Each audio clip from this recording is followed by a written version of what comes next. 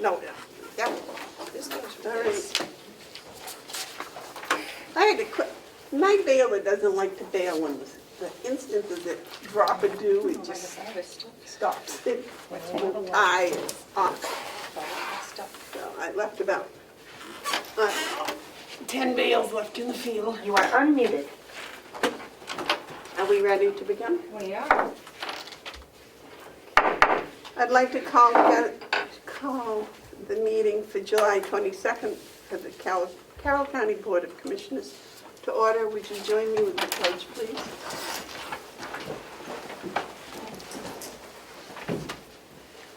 I pledge allegiance to the flag of the United States of America and to the republic for which it stands, one nation, under God, indivisible, with liberty and justice for all.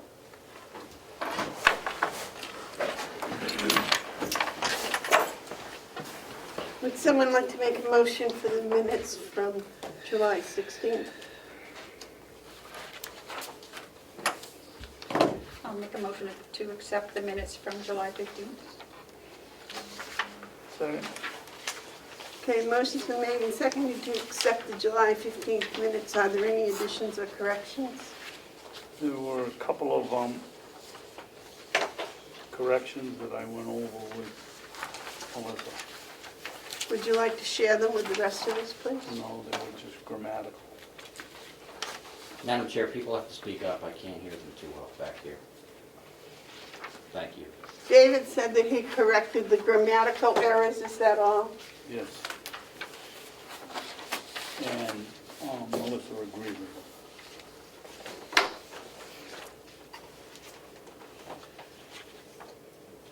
All those in favor say aye. Aye.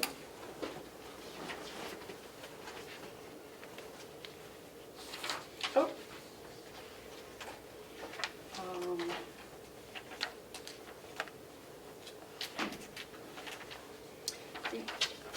Go ahead.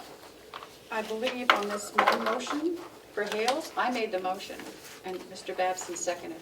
Okay. Aye. What was that, Terry? What is their motion referring to? I'm sorry, Commissioner. Hales location? I don't have it in front of me. Given Hale's location, the money that you guys seem to believe they So just flip the two? should have So- gotten for pilots years ago.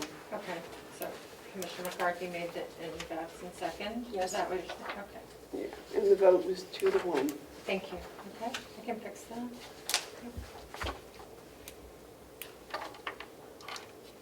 Are there any other additions or corrections? Melissa, would it be possible when you make corrections, even grammatical corrections, that you send the corrected minutes to us, please, Sure, yes, before the meeting? okay. Yep. Okay. All those in favor of accepting the minutes as amended, please say aye. Aye. Aye. Aye. Those opposed, there is no one. Today must be the 22nd, right? Today.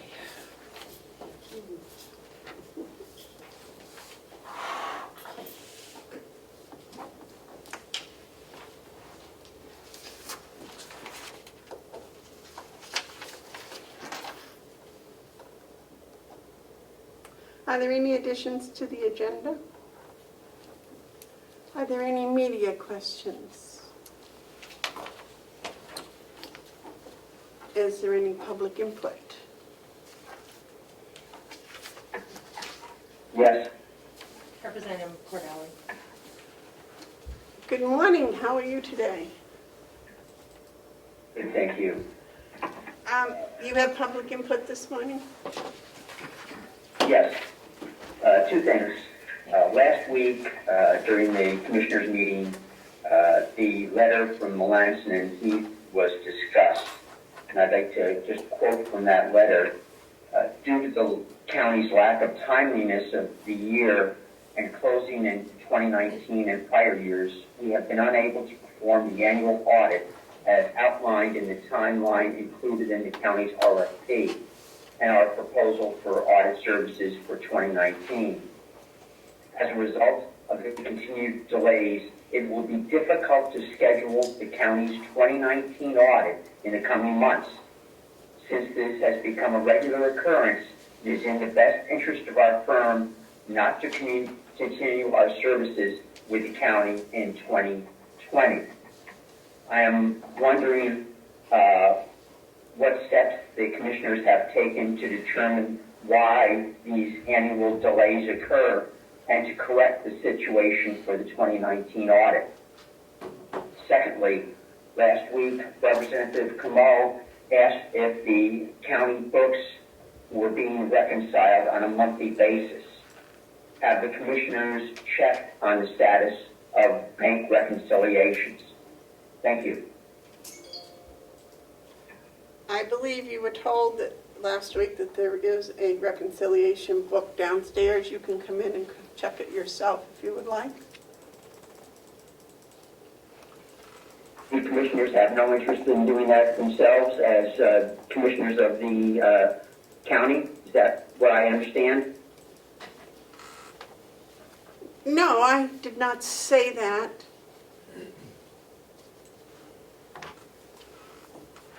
Is there any other public input? All right. The manifest approval for... Madam Chairman, Yes, sir. Cordelli said he had two things. What's the second one? That was the two. One was about the audit. He wanted to read the letter, and the second was about the bank reconciliation book. I don't have a manifest. Madam Chair, may I have a point of order? Yes, sir. I believe that the other question was about what the commissioners are going to do to make sure the audit's completed, since the letter states it cannot be scheduled at this time. That was what he had asked. Thank you. I believe that's called audit delay, as I stated.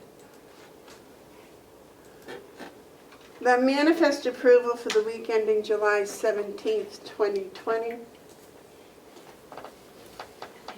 Madam Chair, we'll get that number for you in just a moment. Right. Today is the department head report from the county attorney. And Attorney Andruzzi is unable to make it today because she's tied up with work.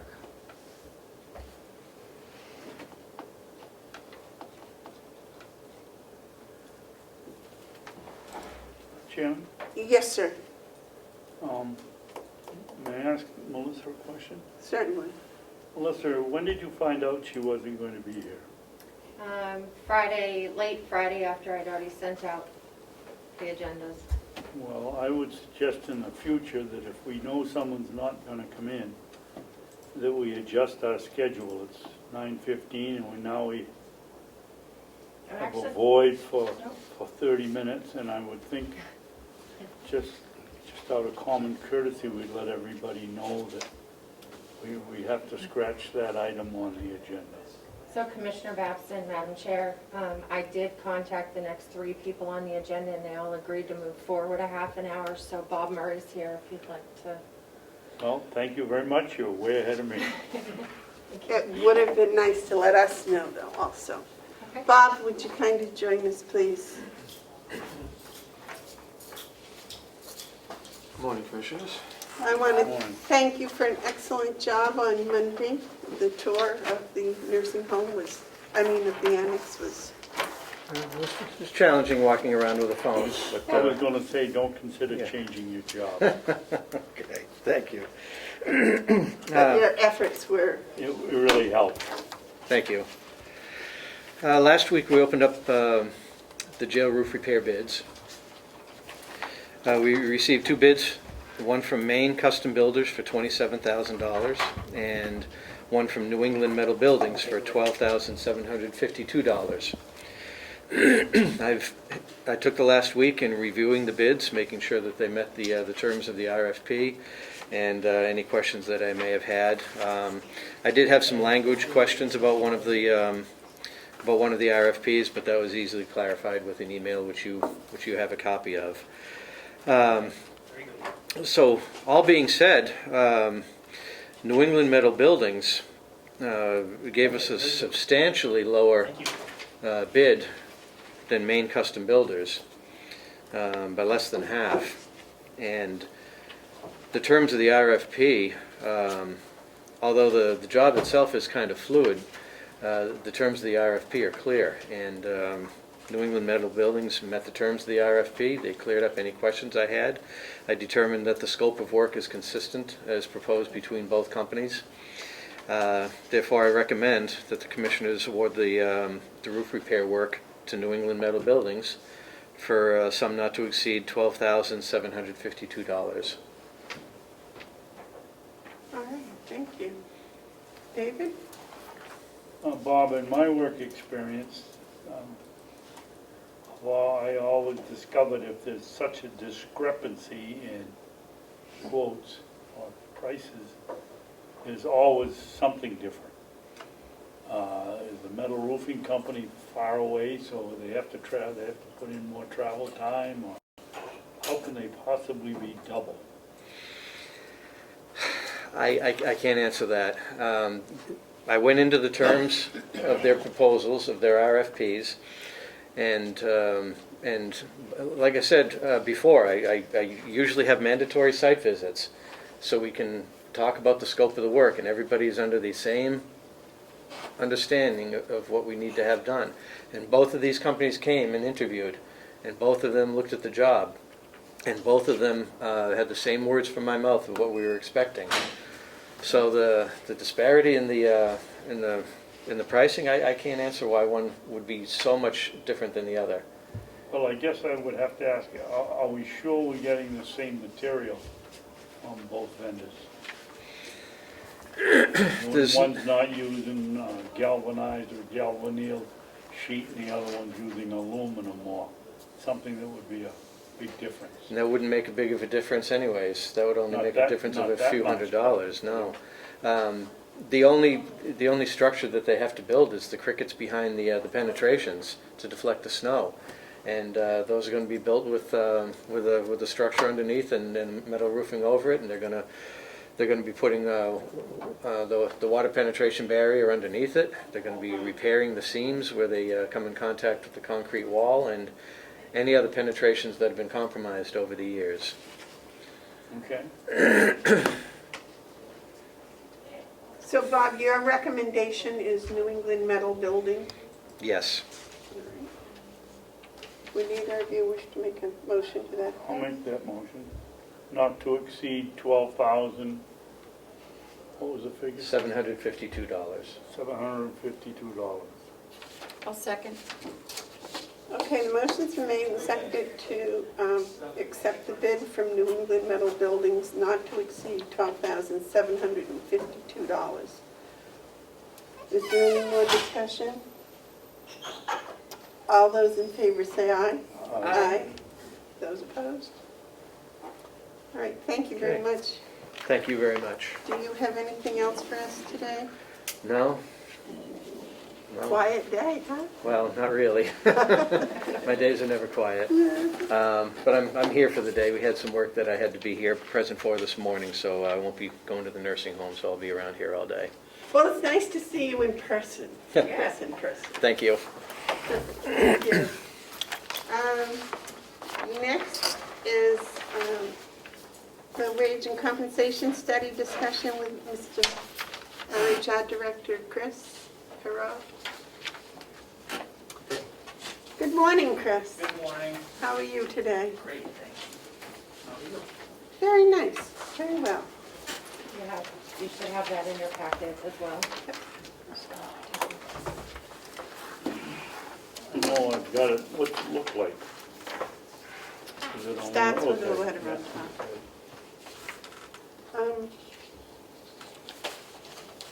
Did you find anything that surprised you in this? Not necessarily. As far as the county-wide, or are we looking at the CFO one first? No, I was just your wage and compensation study. No, and I've used that in the past.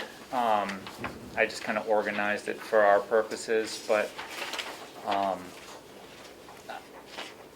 my use with it in the past, as far as like healthcare professions, LNAs, nurses, I think it was eye-opening maybe last year, how out of whack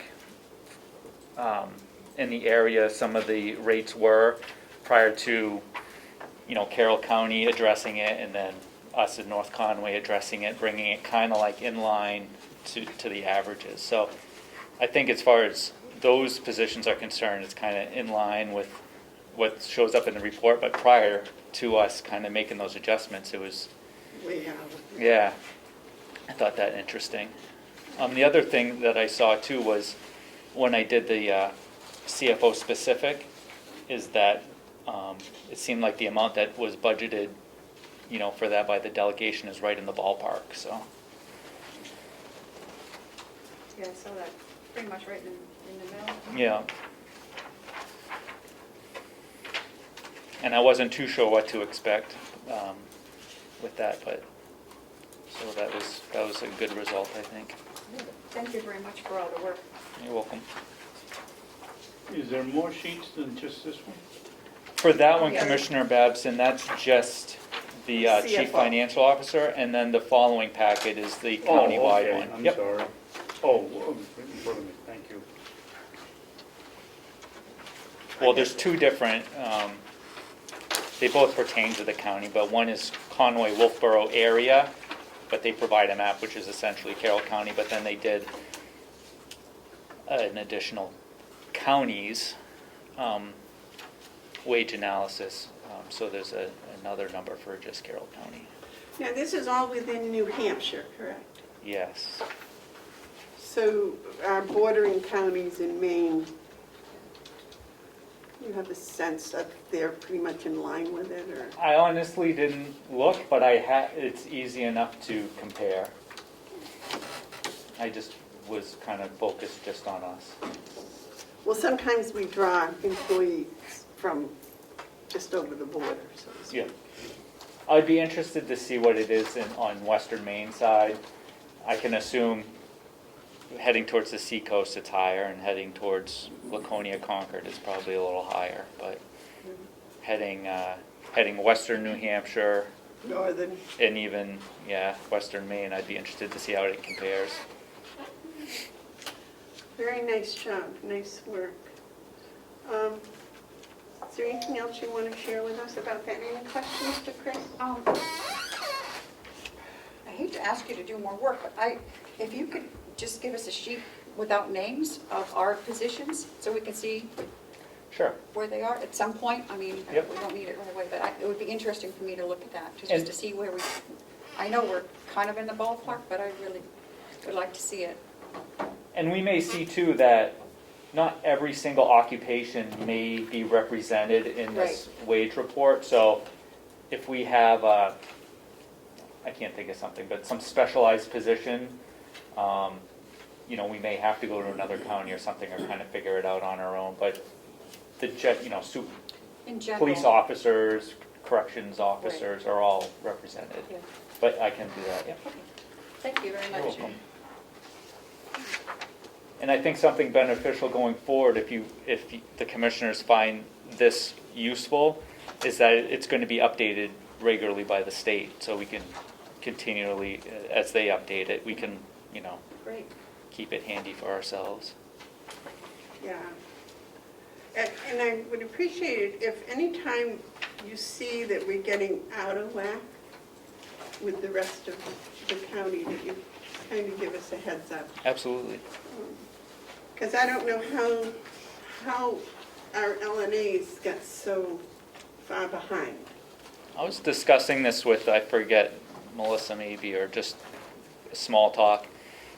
I think what sometimes happens is companies in general, they'll give a 1% increase or a 0.5%, or maybe, depending on the economy, nothing at all. And 1.5% over 5 years, but then the cost of living's going up 2 or 3% every year. Then after 5, 6 years, it doesn't match up. And I think that's how sometimes we fall behind. Maybe it seems like a big increase sometimes to give 2% or 2.5%, but over time, I think it prevents doing a big wage bump because you're Yeah. kind of keeping up with the times. I'm not a financial expert, but that's sort of my thought on it. Well, I think too, I know myself, I could kind of rely on the union to keep us up to, you know, up to date. Yep. Thank you very much. You're for welcome. that. The next is the HR director. You came up with some things you want to share with us. Oh, is this as far as the job description's concerned, maybe? Yes. CFO, job description and the ad. That was the only other, I think, Okay, public yes, topic. yeah. I gave you a version last week, and I've really been kind of going back and forth on it, over the past week, trying to make it better or whatever the word would be. And there's been some tweaks, and I've compared it to some other job descriptions I could find, but I appreciate your feedback on the latest one, which is not much different from the other one, but I tried to really represent kind of like the high-level nature of the position while also keeping some specific, detailed job duty type things in it. Now, you put the ad in already? I have not. I just wanted the, final confirmation, I And which guess. one are we looking at, the chief financial officer? Yes. Pardon me? Yes. He had written an advertisement Yes. and a job description. Chris, I appreciate that you've changed the color where you've made the corrections. That was easy to pick Oh, up, okay. so it makes it really easy.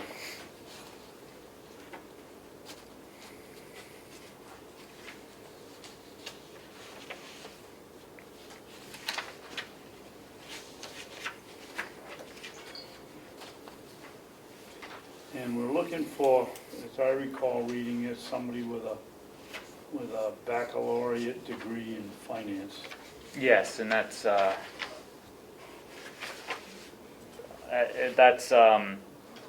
on the advertisement and at the bottom of the job description. Okay. It says it's required.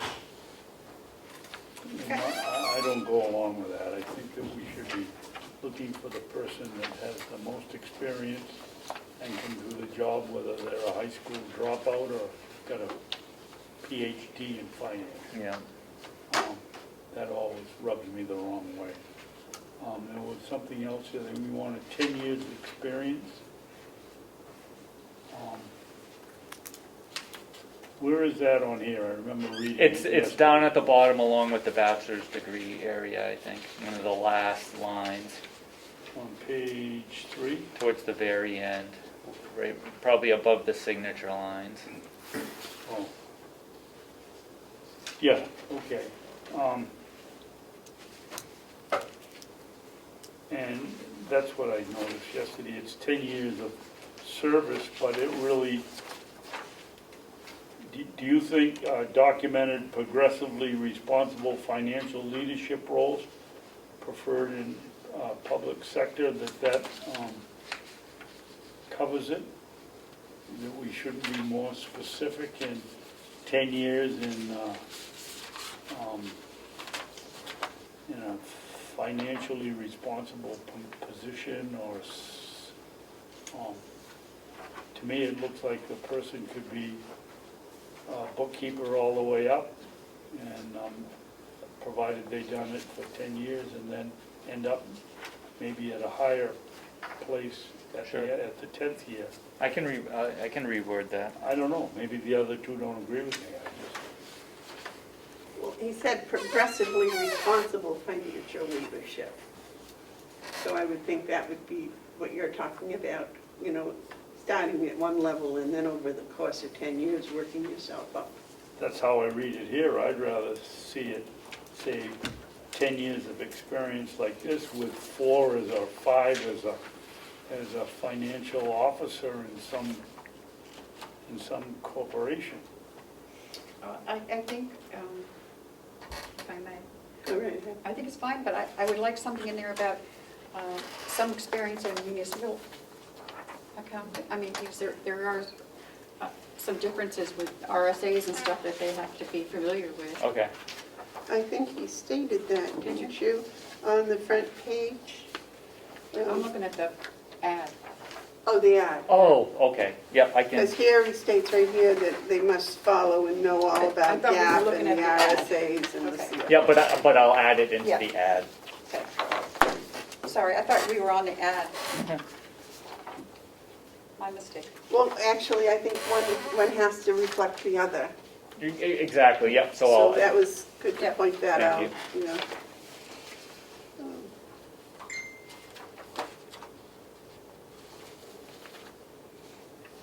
If I may too, Commissioner Babson, I can change the wording for the education where it says bachelor's required, I can put highly desirable. That would work for me, but this is a board, so. Yep, it's Oh, I'm fine just with me. throwing out the suggestion. Don't they sometimes put or equivalent experience? Yep, Would that's that a be great one too. acceptable to you, David? Yes, I just don't like the, Or acceptable experience? Equivalent, yeah. because there are some people that haven't had the opportunity to go to college and run a pretty good business, and they're eliminated in the wording we have now. Right.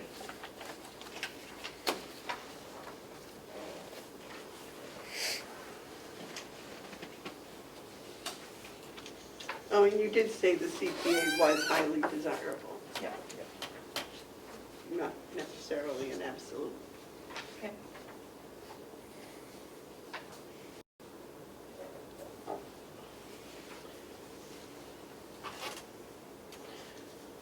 I'm fine with that little change in the ad. I think it's fine. I've got so much paperwork here, I can't find the ad. It's, Here, I have 2 copies. No, I've got it here, I don't know. Is it on the backside of? Nope. No, it's a standalone page. They were right in order. Yeah, but when you just picked them up, I've had them for 2 days and I've been through the whole. Is no, that it? Nope. Did you pass this to? Hey, Okay, thank you. Oh, okay. I see you do have government or business finance here. And this one. I like, in the job description, the progressiveness. I don't know, I'm wondering if that shouldn't go into the ad also. Because I mean, you don't want someone that's done exactly the same job for 10 years, because that doesn't show a whole lot of initiative. right. And I think the person that takes it has to have initiative.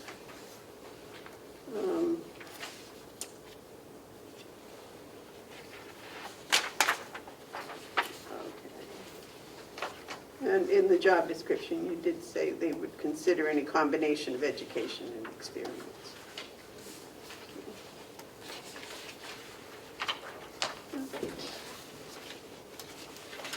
Nice job, Chris. That's a lot of work. Pull that together. Any other comments? So I have for edits,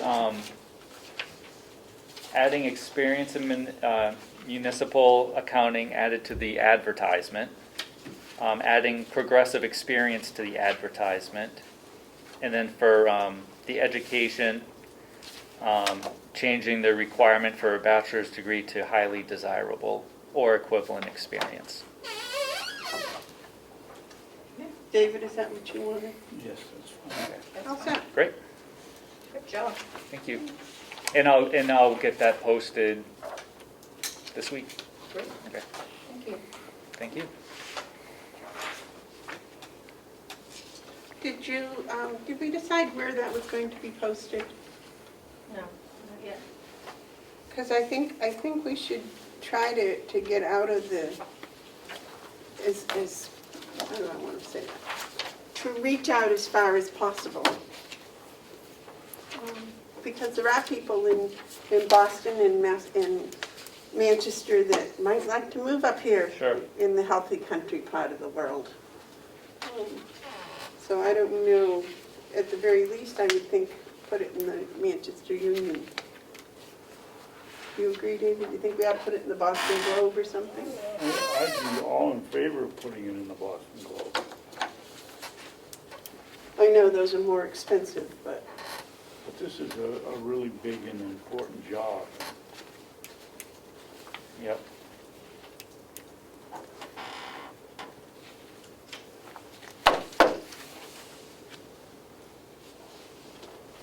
So I can advertise in those Boston Globe, Manchester Union, And along with online. Indeed, yeah. and I think also maybe Portland, the Press Herald. Yes. Sarah? It also, Chris, has to be posted in the building. And all of the time clocks Right. on campus. Okay. And we can help you in the office with the ads. Get Okay, the great. contact information and stuff like that, Laura does. So Okay. if you want help placing the actual ad, just, Touch we base can with help her. you. Okay, Yeah. great. All right. Does anyone have any comments about the CFO job description? No, I think with those couple of changes, I think it's terrific. The job description. David? It's all right with me.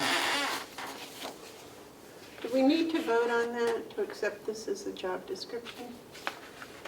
Normally you do vote to accept a job description. You have changes though that you want to make, a couple of changes? Well, to I the just, description? the only change to the actual job description is changing the requirement of the bachelor's degree to highly desirable. If I might, the only thing that I saw in there is that it says that the staff is 2 finance positions. They supervise 3 staff, 2 finance positions and the administrative assistant in the commissioner's office. And I know that the commissioners are talking about dividing the finance and business for the 2021 budget. So I don't know if you want to have the administrative assistant who currently reports to the Board of Commissioners under the finance department. No, she should be under the finance department because a lot of her activities are finance related and really should be. It's just because of some unusual circumstances that we've done that in the past, taken the responsibility of overseeing certain employees, and then when things change, we put them back into the departments where they belong. Maybe, excuse me, I'm sorry. Maybe we should just put in that they will be supervising all financial people or something, so that it isn't a number, it's Sure. just Rather than the position. Yeah, because Yes. if we decide to all add or financial delete. positions or whatever, something Sure. to that, Okay. instead of putting in a number. And that gives us leeway, because eventually maybe, who knows, payroll might be Part under of them or HR. under you, we don't know, so, Right, because Thank you. It's just- yep, some of that is fluid. Yep. yeah. I'm beginning to like that word, fluid. And we're not It's a good putting in catch-all. the ad what, any money range, are we? I would, I would Not put the thinking. bottom, if anything, and I would not, I wouldn't put any.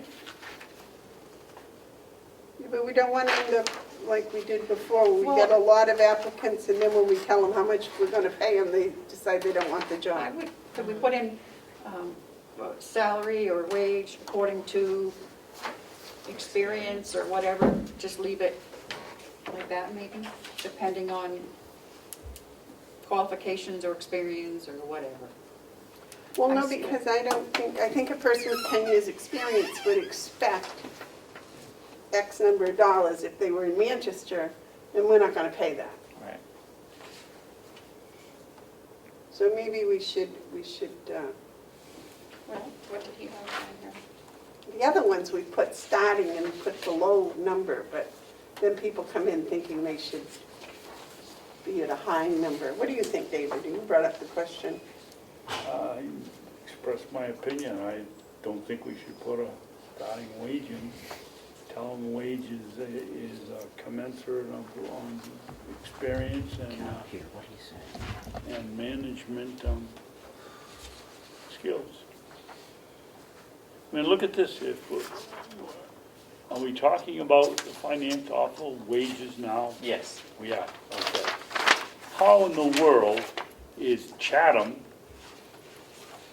you have Zip Recruiter, I don't even know what that is, but they say Chatham's financial officer is making more money than Wolfboro, which is the second richest town in the county. I mean, how valid is this? So, You know, I we went think- up and met with a selectman, it was in somebody's house, the wood stove, we were worried about the files getting set on fire. And they're paying their finance officer more than Wolfboro? I don't believe it, Chris. well, I think if we couldn't just use one number on that as, gospel.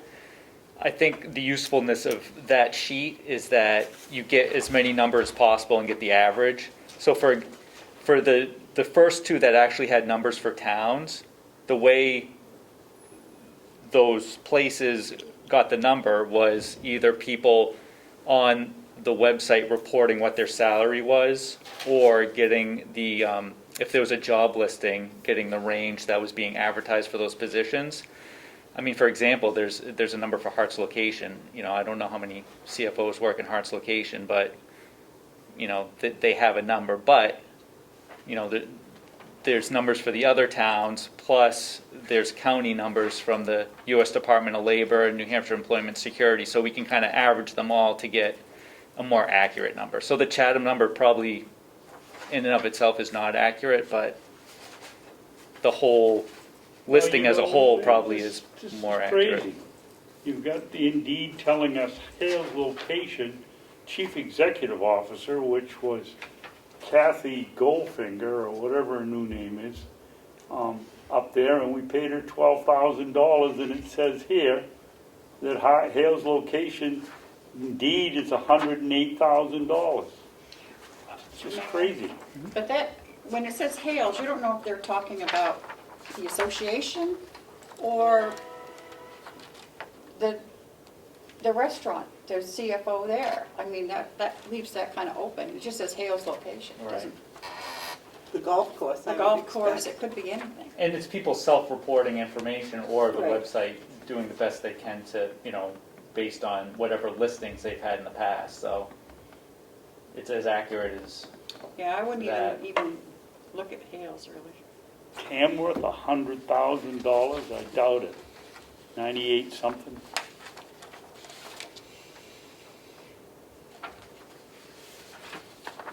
What is Zip Recruiter? so it's Is similar that to like Indeed. Indeed? Well, I'd stretch them, I'd take them out of my favorites list on my computer. That doesn't look like it. It doesn't make any sense.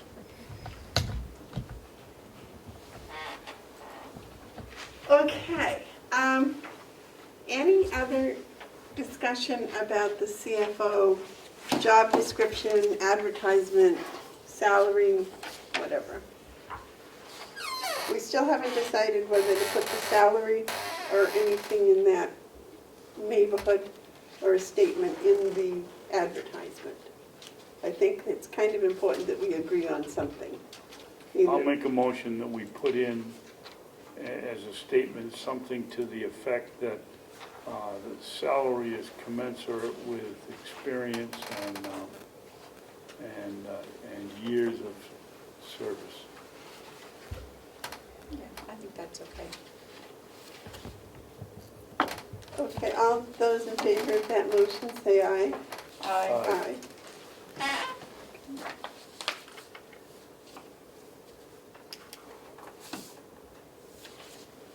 Did the clock reset it right? It did. Okay, nice, nice work, Bob, he's not here, but. Okay. I'll put a battery in.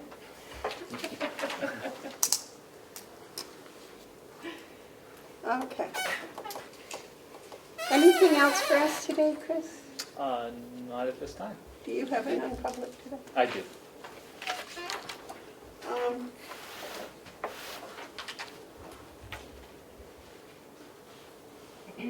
I don't see. Can I roll in that?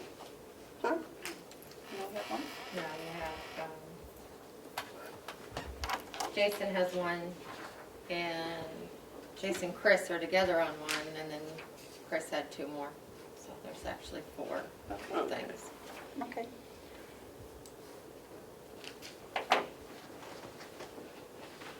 Geez. They weren't on there, and I was thinking, gee, no. Yeah, they kind of came in, they kind of straggled in, the rest of them came in this morning, so. Okay. Yeah. Could you please try to schedule your non-publics on Friday so that, Yes. by Friday? I don't mean, now that wasn't the right way to say that. I'm so sorry. Could you please have your non-publics scheduled so that Melissa can put them in the agenda by Yes. Friday? And he did, Madam Chair, he did let me know of some, well ahead of time, but with personnel issues, sometimes they're rolling, so we had a couple I today. understand that also. He doesn't, Okay. They're quickies. Thanks. Thank you. my job just to remind. It's a teacher in me, Right. sorry. Okay, anything else for Chris? David, do you have any questions? Do you have any questions for Chris? Nope, thank you very All much, right, Chris. thank you very much, and we will see you later. Yes. Next is the Avenue training update, I believe, is that right? So, the finance director, she's coming at 10 o'clock, so you're a little ahead of schedule. Okay, well, let's Okay. get down to, The Annex Subcommittee update. I didn't know if you wanted to speak to that, Madam Chair, or just put it on the minutes or in your packet. We, the three commissioners and Ed attended the Annex update meeting on Monday. We had a somewhat tour.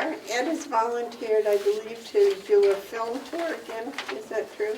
Yes, and it's Representative Comeau until November. So yes, I'm going to put that video tour together. All right, thank you very much, Representative Comeau. Bob Murray gave us a small tour with his phone, which I thought was at least helpful for the time. Because the nursing home is all locked down and the annex is considered part of the nursing home, we couldn't physically as a group go there.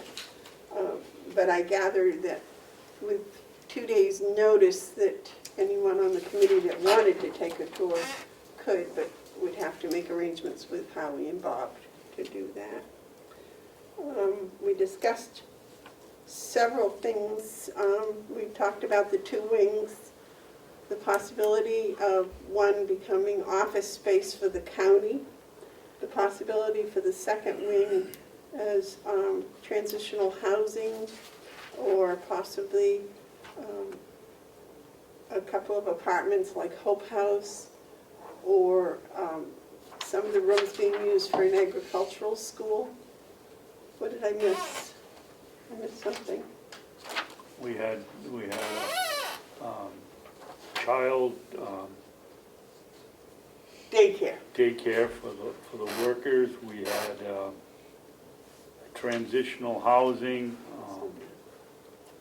We had the Hope House. Head Start. Head Start. Well, that would be the child thing. And I think there was a fourth one, but I can't remember what it was. But it's on government oversight, the entire meeting, is that correct? Yes. Senator? Yes, ma'am. And we're having another meeting in 2 weeks after some investigation by the members into some of the different suggestions. I believe we're going to have an architect come also that can maybe help us with the visions and the possible costs. Anything you want to add, Tara? no, I'll wait till they come back with their, at our next meeting. I think we have to look at some of the legalities of a daycare. I'm not sure, because it's so close to a jail, if that's legally, I mean, I don't know. I think there's certain things we have to look into about some of these things that are, you know. I just know it's at working with Vaughn and in the daycare, there were a lot of state laws that we had to, you couldn't be, that's why they were building a new, one of the reasons they're building a new food pantry is because of the people that were coming in to get food. You know, they didn't want them near the daycare children. So there's some things that, you know, and I'm sure that Edie is aware of most of those. But I think we should, before we even get too far ahead, we should see what we can use that building for legally. So that's all. David, But do you have any comments about the meeting on Monday? I thought it was a good meeting. And, Yeah, it was. It's a start. I like to see the change that apparently occurring. Maybe it's the new delegation or the new personalities on the delegation, but they're not looking to have the leasee repair the place before they move in, which was probably the number one constraint in trying to lease it out before. And so that's a good sign. And the willingness to do with something rather than pay $40,000 just to keep it going in the winter. I was pleased with the meeting. Okay. I think we made progress. I'm always happy with progress. I think we should keep saying over and over again, there's no mold in the building, so that people are hearing that rumor that there's mold there, might be interested in moving in. If we can convince somebody that there isn't any mold, maybe we'll get more attention.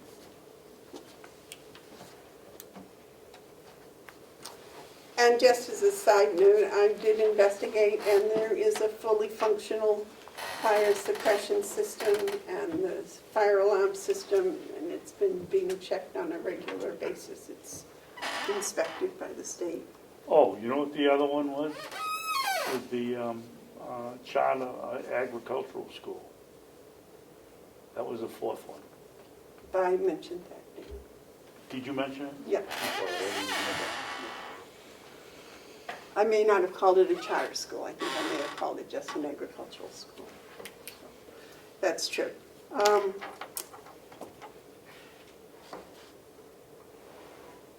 Is there any other comments about the meeting? Okay. The next is the insurance consultant or a broker, an update. I did not hear from him, and I think we probably ought to look someplace. We've been chasing this individual, and if this is the way he does business, we probably don't want to do business with him. I'm wondering if there is a listing of people that act as insurance brokers or companies that act as insurance brokers. We don't want a broker, we want really a consultant. A broker is working as a middleman for somebody. A consultant hopefully isn't, and will answer some of the questions that we should have been asking last 6 months ago. So an insurance... So I can't give you any update. I did not hear from the gentleman. An insurance consultant. He told me last week that he would be putting together a proposal, and haven't heard it.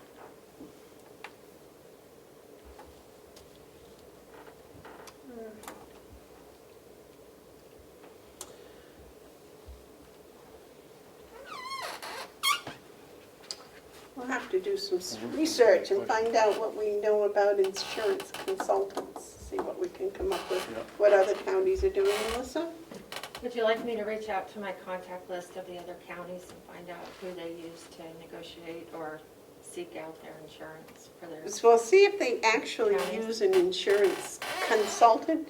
Yeah, I would say, Consultant. And who's local- helping them make their insurance decisions? Or answering the tough questions? Okay.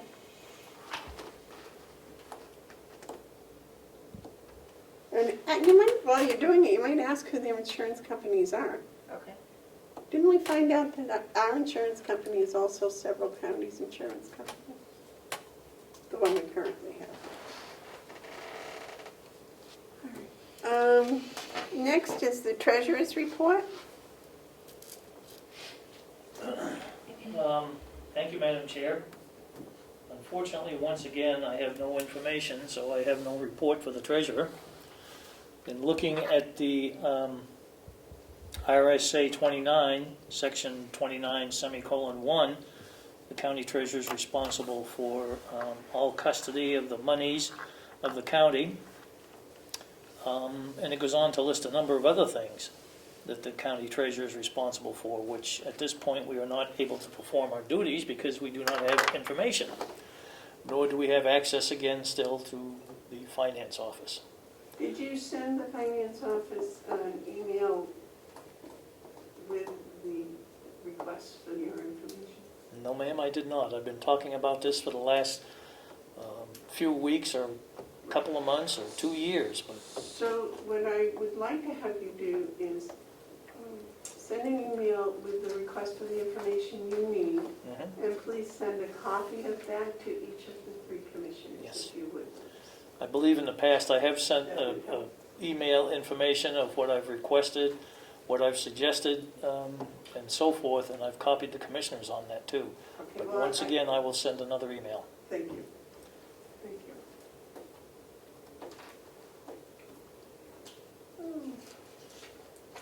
Hale's location? Yes, Hale's location. You have in front of you some information about, I believe it's the pilot program, and I talked with the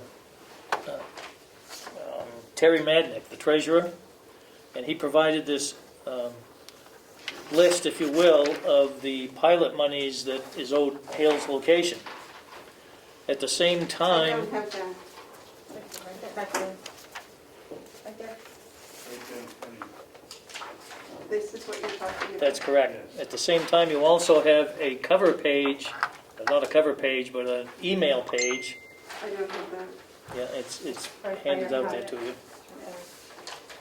And if you look at the very top section where it says the 2020 numbers come from, there's a government website that you can go on. And the same thing for 19, a government website that you can go on.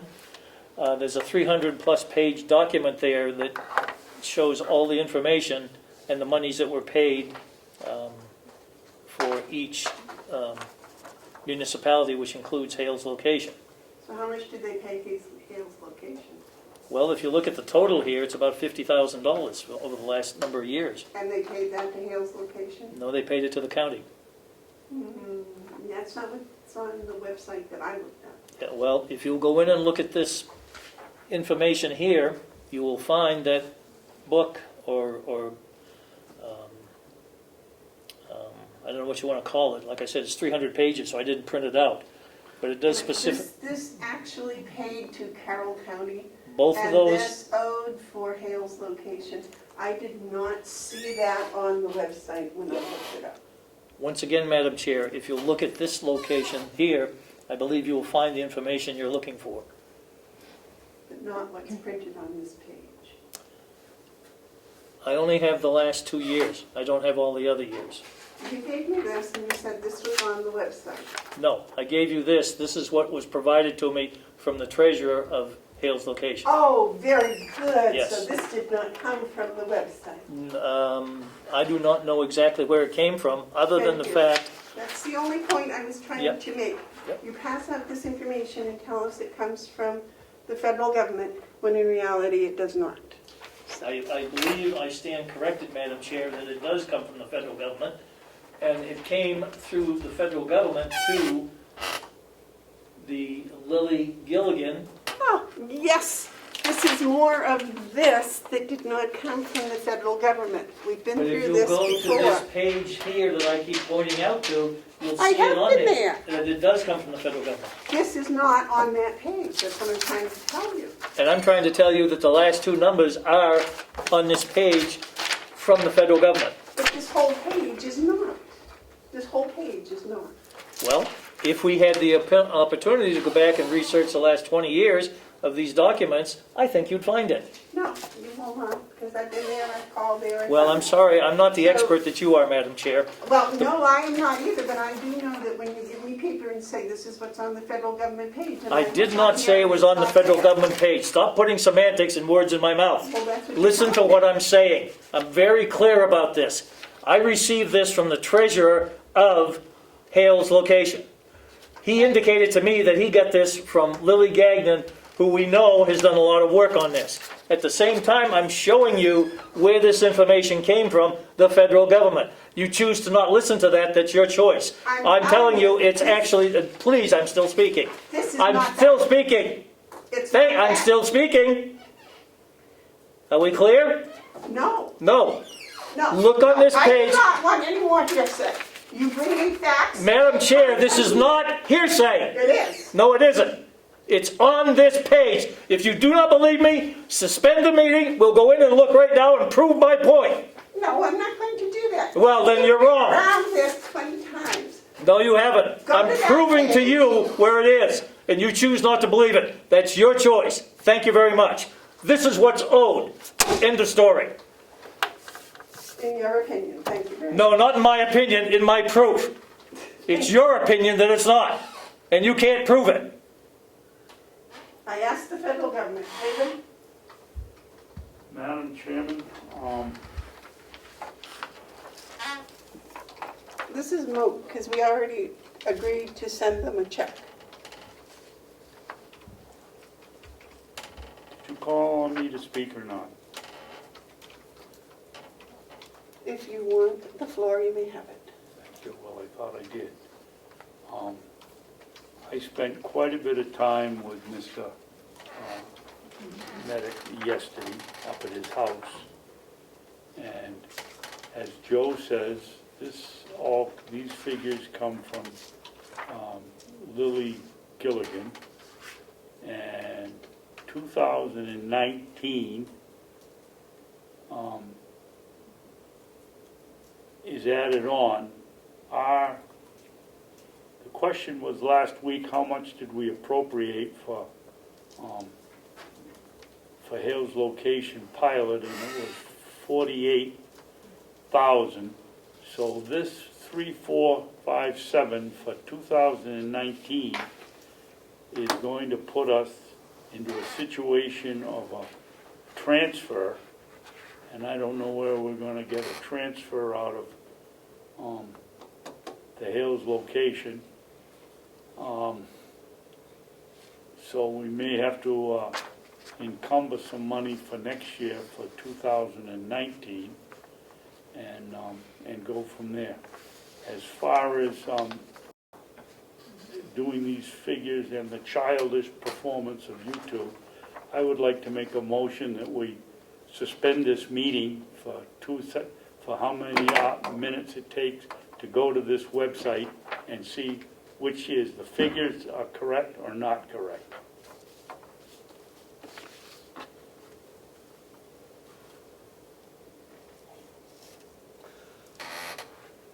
I need a second, so I'm going to get one. I'll second. So we can put this matter to rest. Yes. Motion's made and seconded to suspend this meeting. Those in favor, any more discussion? I think it's a waste of time and energy. We've been through this has been going on. Are We you going came to up call with for a, discussion, point of order, Madam Chairman? Are you going to call for discussion, or are you just going to let your opinion run wild here? I was going to have a Well, discussion then and why I don't was, you ask for discussion and then say what you Excuse want me. to say?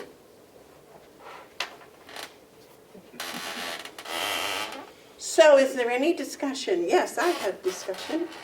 This is more of a waste of time. These figures have been presented over and over and over again. It came to the conclusion that you wanted to give them 48,000. The delegation approved 48,000.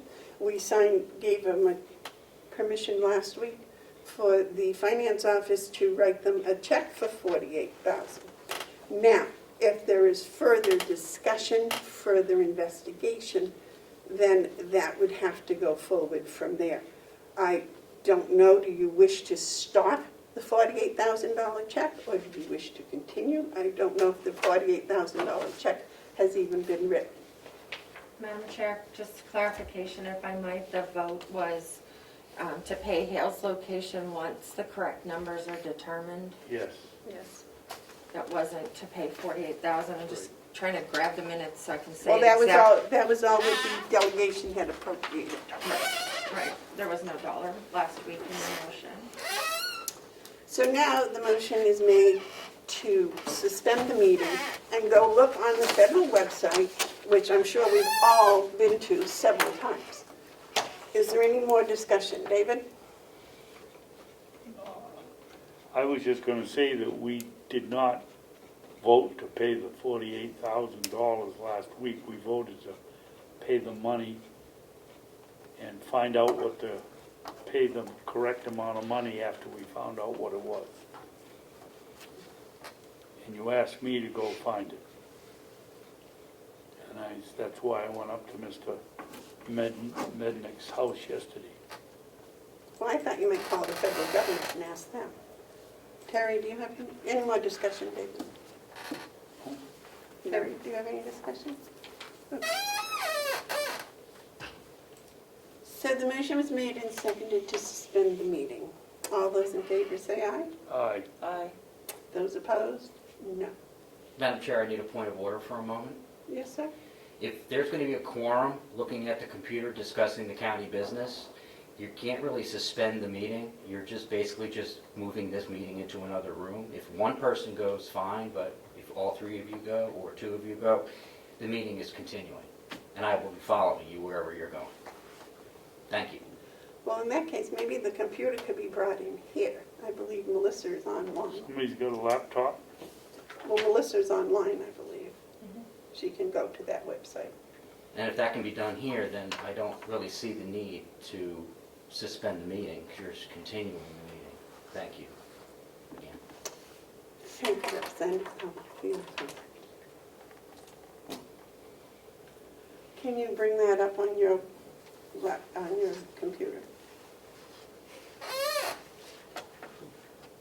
Melissa? Madam Chair. Oh, So what I can bring up is these two links go to the 2019 and the 2020 only. So I can verify what's on there, but I don't have a link to go from 1999 to 2018. All I can do is verify the 2020 number that was provided. It's right here, the 35. Can you see that at all? I don't know if you can see it. Hale's location's like the fourth or fifth one up from the bottom, and it says 3535. That's for fiscal year 2020, and that matches what's on this piece of paper. And then I can go out of this and go into 2019. So, now, does it say there that that was paid to Carroll County? it actually, the note on here says that, No on this. I want it on the computer. That's what I'm asking for. This hearsay stuff isn't what I'm talking about. Does it say here who it was paid to?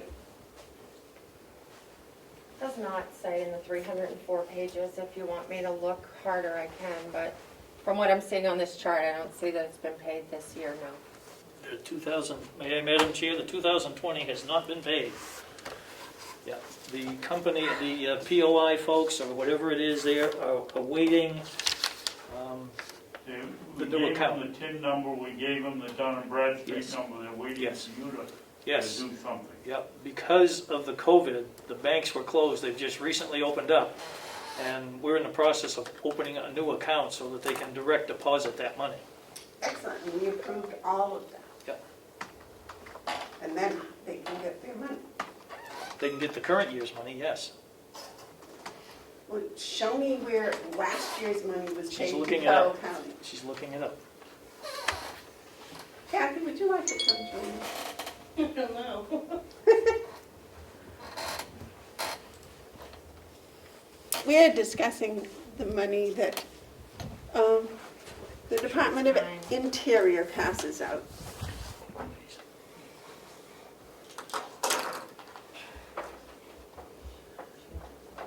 Did we get a check from the Department of Interior? I would have to look. It usually comes in June, so that usually comes in. Payment in lieu of taxes.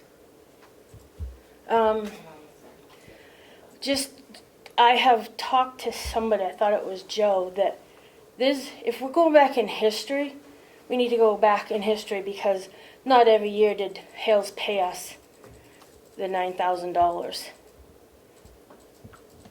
Madam Chairman? Oh, yes, David.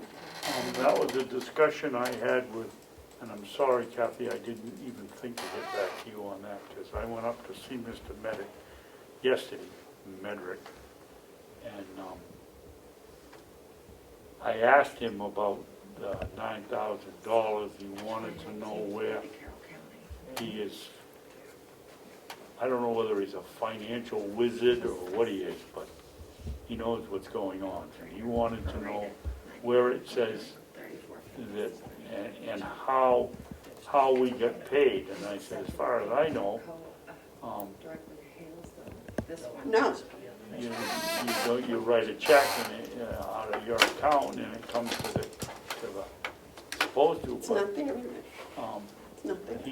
he went somewhere that showed they paid last year, but before that, and there was no history. Wanted to know whether we had any bills to them or any proof that they hadn't paid, or if they had paid, so. Yeah, I was working on a file. I was trying to go back. I don't have access to all the files that would tell me. I don't know when COAS gave them back to us, but it was budgeted. He asked me that too. And So- I said, wasn't it around 2008? It could have been. It goes back a while. And I brought up in my office, I asked, why do we keep budgeting this if they never pay it? And I was given a very vague answer at that time. And so that was not, I didn't have anything to do with that. So I was trying to go back and research to try to find out what the process was. But they have paid more than 1 year. Because I did find that, but going back further, it would be helpful if I could locate those files got moved out of our office. I don't know if they're in the vault or if they're amongst the ones that went missing when we moved stuff over to the old nursing home for storage. Did it go, did you find evidence that it was a written check, or that it was just a transfer? Oh no, they've actually given us checks. Okay. So the ones I can locate in our system, I can probably go back and find copies of the checks as well. Okay. But this was something I've been trying to do in my spare time, so I haven't had time to go digging through old records. And that's $9,000 a year. $9,000 a year.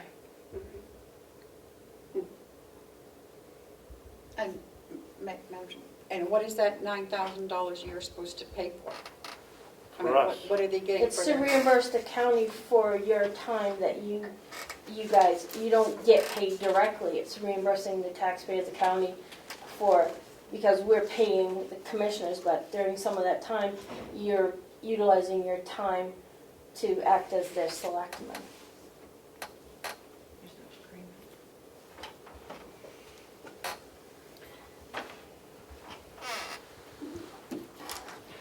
Melissa, were you able to find any place there where they gave the Hales location money to Carroll County? In total payments by county for fiscal year 2019, they gave Carroll County $3,457, which is the number that's on this paper as well.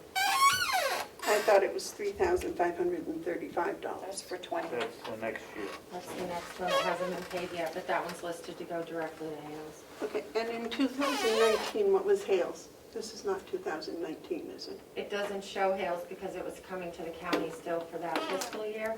No, that's a conclusion. If you can show on there why Hales is not located.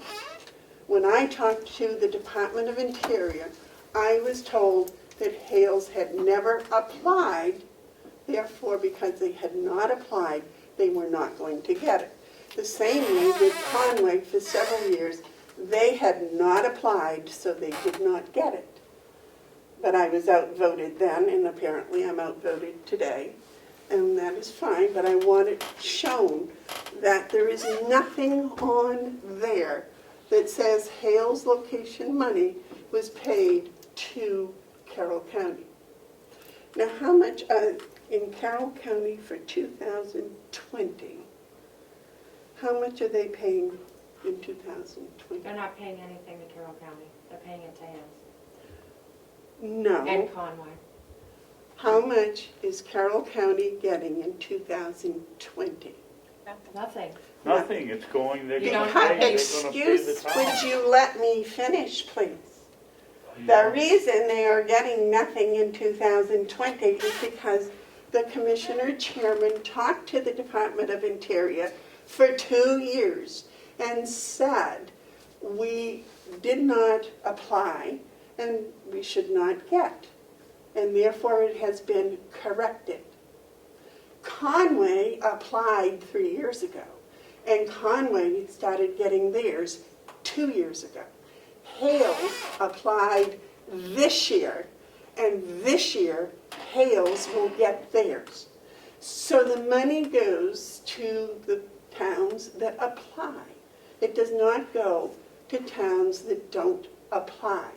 And the reason Hales applied this year is because the chairman of the commissioners talked to the Department of Interior and found out the proper procedure to follow. And the treasurer has been working with Hales to get the proper procedure done and the proper applications filed. Now, I have said my say, and I shall not say anymore. But don't give me papers and tell me this came from the Department of Interior, when it did not. This is what comes from the Department of Interior, right here. That's what comes from the Department of Interior. Not something rewritten. That, to me, is not fact. That is fact. And I appreciate that we have that now on the board, and the taxpayers can see that the other commissioners have decided to give Carroll County money to Hales. I'm done. The rest of you can make your comments, and then we will proceed with the real meeting. Yes, sir. Madam Chair, I just wanted to follow up on the previous comment that I believe was made about this $9,000. I think it's not only to help pay for the commissioners as selectmen, but it's also to help pay for some of the costs involved, including things like postage and whatnot that has to be paid back and forth between Hales and the county sometimes. So I just wanted to be clear about that. I do not have anything in writing on that because I too cannot find anything other than the last 2 or 3 years about this $9,000. The only thing I have is what's in my feeble mind or brain, and that is that this was, if you will, reinstituted about 3 years ago, I think. And I'm not sure what happened prior to that. I don't think Hales receives a bill for the $9,000. I think they probably should. But irregardless of that, I think that $9,000 is a separate item versus this pilot money. That's all I'll say. So maybe we should send them a bill for $108,000 minus what they have paid. Is that your opinion, Kathy? I was going to look back, I'm trying to find the time to look back to see when we started budgeting it. And then I want to find out what was budgeted and what was paid. So that's, and the older time frame, I can't get access to the records. So I can look back at old annual reports where the budgets were reported. So it's just going to take some time, and I have other things that are a little more prioritized for me. But Cheryl has been sending out, Ken had her sending out a bill during the last quarter every year, the last few years, to Hales for the $9,000. Joe, the Hales Bank statements for the past, from 2008 or whenever Hales became our responsibility, those are available. You might peruse those and see how many of those $9,000 checks were actually written to the Carroll County and when, how often. Would that be helpful to you? Well, I have the recent ones, the last few years. It's just I can't go back to the very beginning to so far. I haven't had the time to dig because I'll have to look at manual stuff. Well, he should, or Carroll, Hales should have back to 2008, or the bank would have them back to 2008. Is that correct? Yes. If I may, Madam Chair, I believe those copies of those statements are here also. Each month, the statement was copied and given to the business office. But the originals were kept up at Hales. I believe that's correct, yeah. And the bank would have a record of those. I believe that's correct too, but I think we can look downstairs and see what we've got. Well, Kathy's already said she doesn't have them, right? Well, no, I said I'm looking from our perspective. I haven't looked into anything to do with Hale. I don't have anything to do with Hale's location, so I've never been involved with any of their stuff. So I have not gone looking into their. I don't have the time right now, honestly. If you're going to put that on me again, someone else is going to have to do some digging. I just can't. Well, if it's downstairs and it's all there, I thought you would put them over in storage and lost. No, I'm talking about our records when they came back to us, not anything to do with the Hales location. So Joe can access those records downstairs, right? Yes. Apparently so, yes. Yeah. Okay. I will look, Madam Chair. All right. I think that would be to everybody's advantage. I'm only aware of the last few years, as Kathy has indicated. But I will look. On 2016, I don't know if that helps. Yeah, I'm trying to get back to what I wanted to verify every year that it was budgeted for versus what we actually receive in payments. David, did Mr. Melnick have any records? No. Not of the $9,000 payment. He does not have one. I don't know whether his official title is the treasurer of, or former treasurer of Hales Location Association. But he's not an elected official. He does this on his own, and he's very, very well organized. It didn't take him very long to come out with a list of Miss Gilligan's figures from Conway. But no, he does not have, because he asked me about it, and he said I don't have the figures. Kathy? I'm just wondering if we were budgeting it on our side, shouldn't they have been budgeting the $9,000 on their side? It should be in their annual budgets, I would expect. So I would think if And they those- budgeted but didn't expend it, should be reflected there. Like I said, that's not been anything I've had to delve into, but when I have time, that's been on one of my back burners to look further. But on the other side, on Hale's side, all those records should be someplace, and you can look it up in their budgets Yeah, too. we will continue to check. Like I say, I'm only aware of the last few years. Prior to that, I have no idea, but I will look. And find out when we inherited them from Comeau. We'll try. Right, we inherited them. Mhm. Okay, any other discussion about Hales. So where are we with this payment?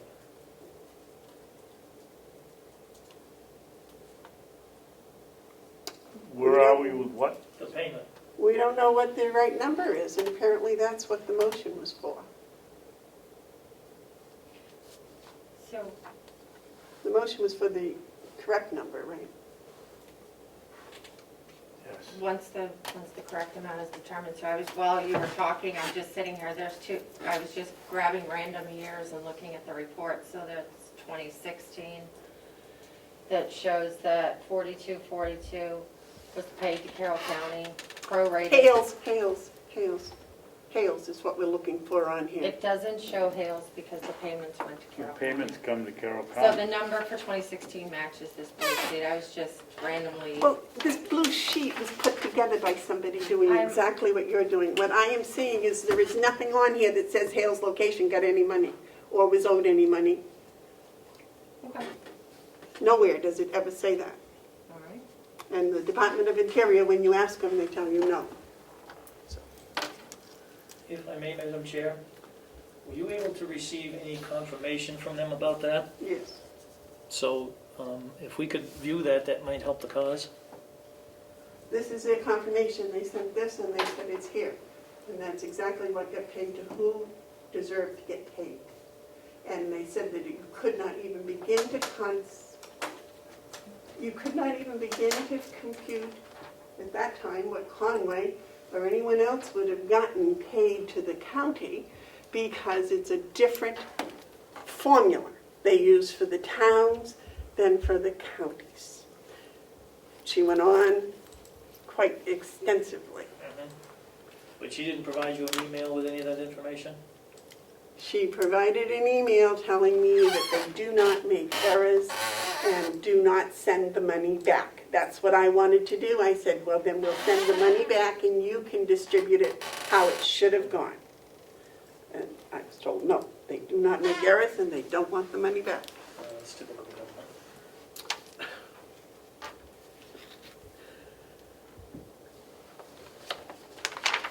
Kathy, I apologize. Your appointment was for 10 o'clock and we have run over here a little bit. David, you have a comment? Yeah, I was just looking at the sheet that Melissa has up here. It's 2016, and you said the figure is the same. I don't have that same figure. I don't have 4,242 No. for 16. I have 4,169. Right, it's in the prorated column is the number that you go by, which is the fifth column over. I don't have a, On the screen up top, oh, it's okay. the fifth column that you want to follow. Those are the numbers. So, Isn't that the same number? It looks to me like it's this, oh no. no, it's 4242 in the The first total, column. the total payments column is the one that's Yeah, got the you go right by the figure. prorated one, the 4,169. No. And those formulas are different for counties, towns, and municipalities, So it makes states or some, something. Okay. Yes, Jim? Yes, so Madam Chair, I just trying to bring this to some sort of a resolve. So as I understand it, we're going to wait and find out what the correct number is. And how would you propose we do that? It's right there. Right there tells what Hales should have gotten paid. Right, and it matches this. No, no, don't match this. Don't match that piece of hearsay. I'm talking about this. That's from the Department of Interior. That's what Hales gets paid. Now, what does Hales get paid in 2016? 2016, that number was, Zero. I don't see Hales listed there. you won't see Hales, Came to Carroll County. came to Carroll County. So where did Hales get those numbers is what I'm curious about. Not from the Department of Interior, I guarantee you. Well, That one is the Department of Interior. Yes. That number is the same one as on here. Wait, so where did those? So you know that one is correct, because you want the facts. But they're Here's the assuming facts. they're assuming that the full amount that we got was all Hales. So that's what I think the question is. how do we determine that that was all Hales? Every dime of that was for Hales. That's what's not showing. It just says Carroll County. And so. Hales would not have gotten paid that much if they had applied that year and they had been accepted. They would not have gotten paid that much because the formula used for municipalities is different than the formula used for counties. They are totally unrelated. That is the problem. Somebody came up and said, oh, well, Conway got this, would have gotten this much. Well, okay. But if you look on some of these, actually, they're not listed. And when you call the Department of Interior, they tell you, no, they got nothing that year. So you can call the Department of Interior and ask the lady, and you'll get the same answer, because she's very consistent. Because over the course of 2 years, I got the same answer. Madam Chair, not disputing your question or your statement or your research there, but you have to remember that Hales is not a municipality. It's an unincorporated township or an unincorporated place. So you don't know if they use the county formula for that or something else. And based on what's on that, They can use any if formula I may this finish, year. madam, if I may finish, based on what's on that form that comes from the federal government, it looks to me like they're using the county rate because they don't have a different rate for a non-incorporated town. So again, I don't know how you're going to get the answer to the question that you want, other than the fact that you've got it there in black and white. It's not there. There's no Hales on that page. If you show me Hales on that page, Madam? I will give you all the money and shut up. I appreciate that. As you know, Hales is a non-incorporated town. And Hales did not have privy to this until recently when the case came up with Conway. And we started to investigate what was going on with Hales. And that's the answer we got. That's all we have for information. So once again, I don't know how you're going to come up with a final number. But the onus is on the county at this point, because it's money that's owed to Hales location, whatever that magic number is. 0. No, I disagree.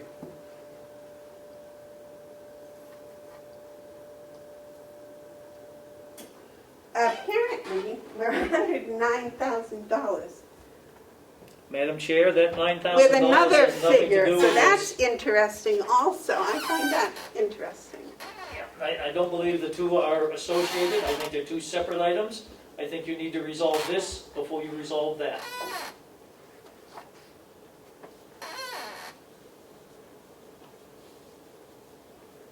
David? Yeah, I think that we're backing up the wrong tree here. I'm sorry, if we were going to charge him $9,000 for our services, we should have done it. I don't see how we can come back 3 or 4 years later and start adding backwards. Well, you didn't pay in 2013, you didn't pay in 2012. We didn't do our job, and therefore it should be, unless we can prove, as we did on 1 or 2 of the most recent years where we got paid, if we didn't bill them, how can we say they owed it to us? If they budgeted for it, that would help a lot. If they That would budgeted be- for it and didn't pay it. But what about, we have Hales location, there's Hart's location, is any of this money attributable to the, I don't know how they calculate it. Is it on the acres of property, or, I don't know where this number comes from. It's, I believe, isn't it what National Forest is abutted to their town? It's National Forest, if I may, Madam Chair, it's National Forest lands that In are the in town. Hales location. So what, does Hart's have any? I we don't know if have, Harts has any National Forest. If, when she comes back, Hearts and Hales were down. Well, Hales won't be on this, but on the last one she showed, Hearts and Hales both showed. That was in 2020, I believe, was the number. Whatever she had up there, 2020. I think we have some 19. national forest in Tamworth. Pardon me? I think we have some Well, national I think forest in that- Tamworth, so. Well, Albany's gotten their money. Bartlett got theirs. Well, there's Albany right there in Bartlett, yep. See, when they were when the towns applied and were accepted, then they get reimbursed. This is payment in lieu of taxes the towns would have gotten. But if they didn't apply, they didn't get anything. So I'm curious about Hart's location then, if they have any, and if they're on that list as having applied. Because if they're not, then wouldn't they be in the same boat as Hales, saying, we've been getting money that should have gone to them? That's what Hales is saying.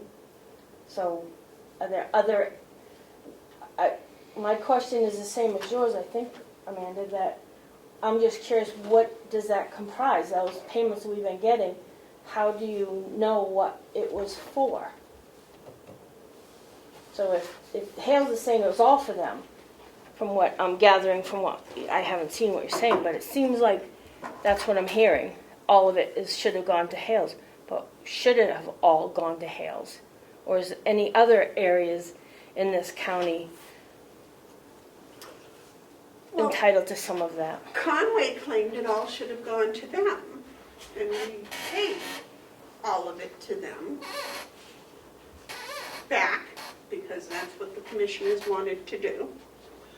And apparently some of that we paid to Conway, according to this, was maybe somebody else's. But according to the Department of Interior, none of that money should have gone to Conway. None of it should have gone to Hales, because neither applied. And how far back is Hales going to come up with this 48,000? We don't get a lot of money each year. I don't know. 1999. Long time. That's 10 years. And what did they get? You were a math teacher, Madam Chairman?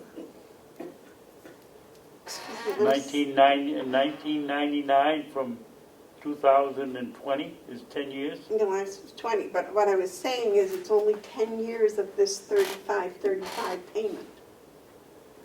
They're claiming they want, what, how much money? 48,000. 48. So if you do, that's if 35 is what they think they should be getting a year, that doesn't work at all. Is their list going back to 1999 include the full amount every single year? Because if Conway got some of that and we go back that far, we're going to end up being in the hole. I don't know. Where did Melissa go?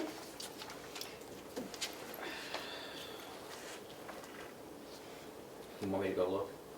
If you look, well, I'm not even Go gonna. right ahead, read the comments. No, well, But I'm saying, that this is what the page is counting, they've already got it separated, what went to Conway and what went to Hales. Yes, but you see, that was not on this, has nothing to do with the Department of Interior. This is what one person said. By the way, this is also the person that said Hales owed them 200 and some thousand for the school district or something, too. So, No, it was not. it's not the same person? No. It Oh, was okay. the superintendent of schools, if you're ready to work. But I thought Lily was the one that discovered it.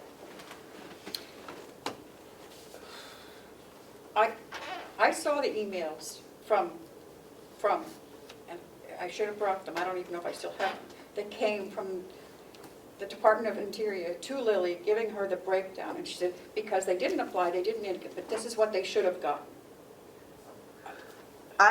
That's why I went along with paying Conway.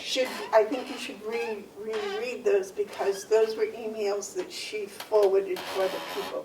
They did not come from, the breakdown came from here, just like this. No, I saw personal emails from, I can't remember the woman's name, It's to just- Lily. There's only one of them. That lady's been doing the Department of Yes. Interior pilots for right along. Yes. And it does not, there was no breakdown. That's how I got involved and why I called the woman, and we went round and round and round. But the Conway selectmen came down, and that's what we went over, was trying to find this stuff that says anything about Conway or Hales location. If you notice here in this year of 2016, there is no Conway payment. Conway didn't apply that year. Thank you. So once again, Madam Chair, I don't think we're going to resolve this today. okay, so looking for a resolve, what's your suggestions? Besides the fact that it doesn't appear that we can get the exact number.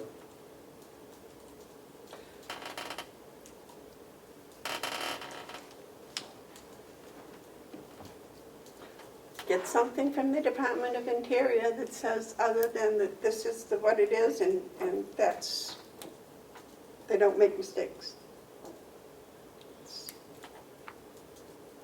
Well, I think this whole argument is mute. We already voted as board to pay it at the actual amount. So unless one of us rescind our votes, then, I had agreed that it was, I thought that was the vote, but then Melissa said no, that the vote was to pay the correct amount. And that is yet to be determined.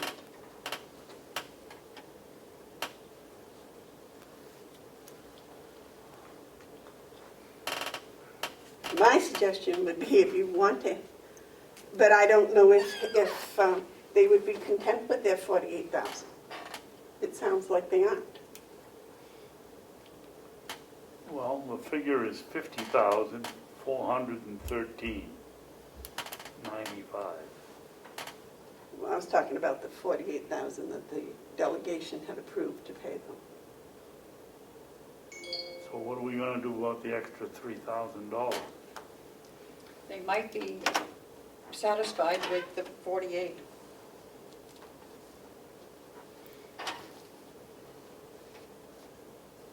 I certainly would be.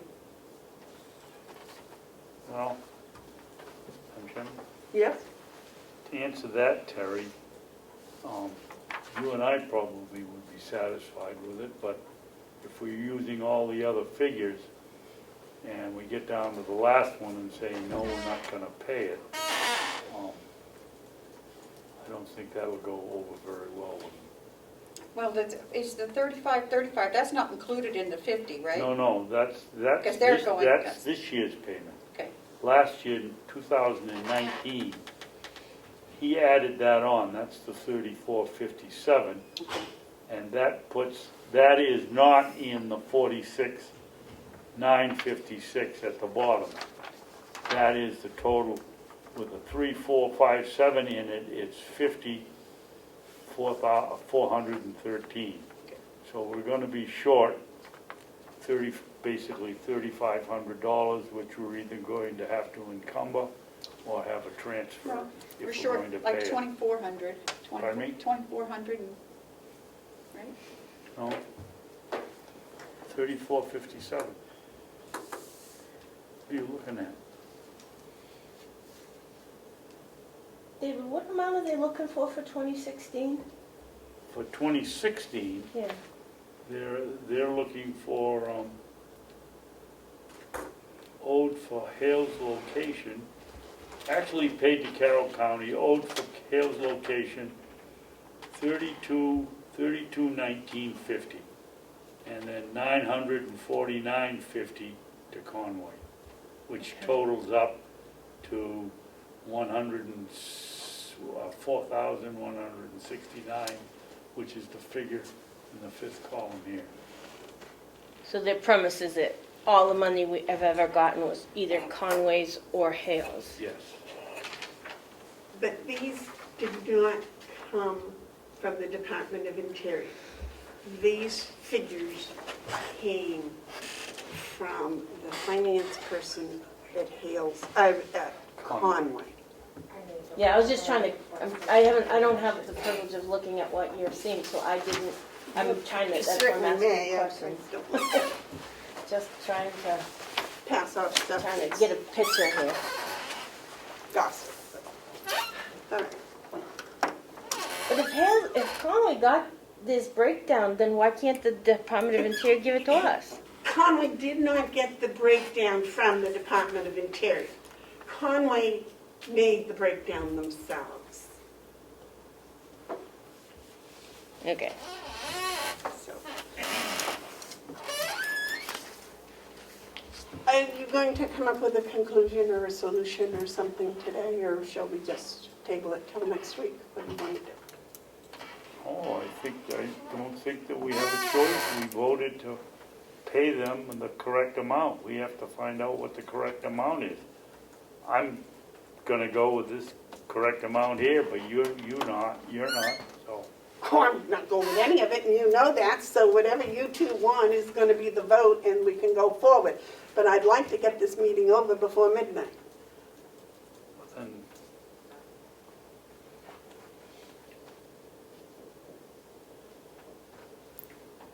So, would somebody make a motion to do something?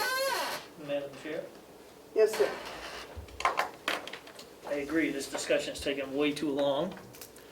I don't see a final answer, other than the county has budgeted the 48,000. I certainly cannot speak for Hales, nor do I want to. But if the county's wanting to issue the check for 48,000, I'll be happy to take it to the powers to be at Hales and see if we can resolve this, period.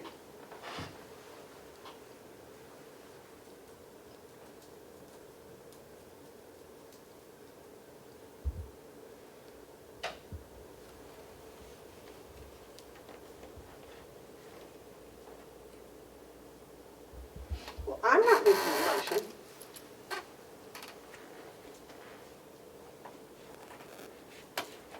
Do we have to make a motion on that? I mean, you can just go to them and say, this is what we have in the budget, and this is what we can give you. We can certainly do that too. But I don't want to come back and have the county decide to do something different either. I would go with that. David? No, I would, my first inclination would be to try to determine whether these figures are accurate, and I'm pretty sure they are. I think we're obligated to pay the full amount, which is 50,41,3. You probably have to do it in two payments, one this year and one next year, but we owe it to them.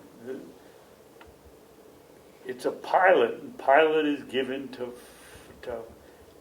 communities or whatever municipalities that have government land in there, and it can't be taxed, but they still have to provide the services. So why would we try to chisel them out of $3,000? I'm not going to do that.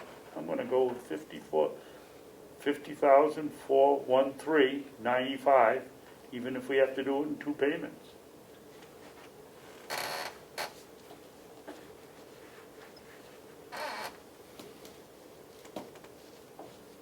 Were either of those meant to be a motion? It's Mr. Metnick. Oh, Mr. Medic's on the phone, on the computer. Good afternoon, sir. How are you today?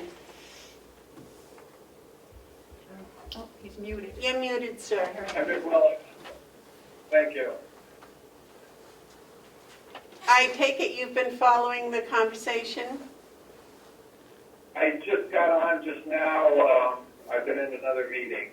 I don't know if you're past me or past the Hale stuff or not yet. You're here on time. Okay, good.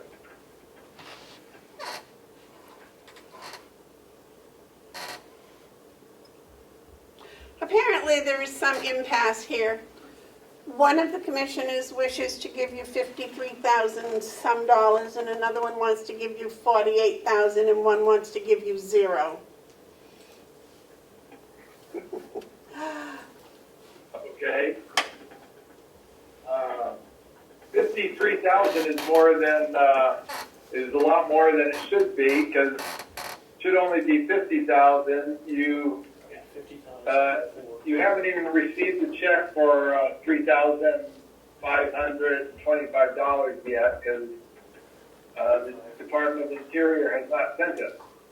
So that one is actually going to have Hale's name on it, because they have changed their records to show that Hale's location is where the property in question is.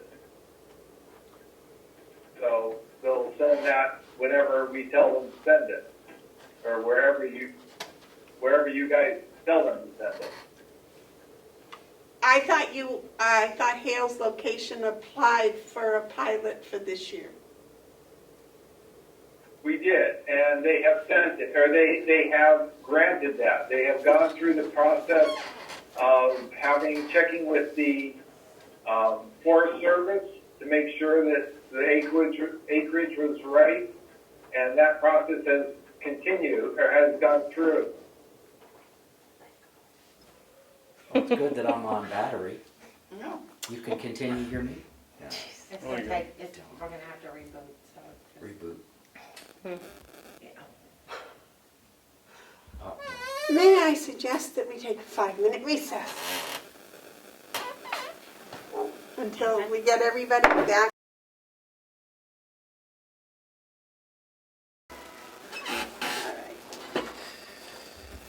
So, I think, Carrie, you last made a statement that you had a figure of 50-something. $50,413.95 was the figure I last had. Yeah. Could I ask where you got that figure?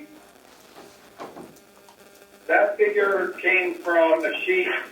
David has a copy of it, and Joe too as well. Oh, that's from Conway. It came from Lily Gilligan. Yep, all right.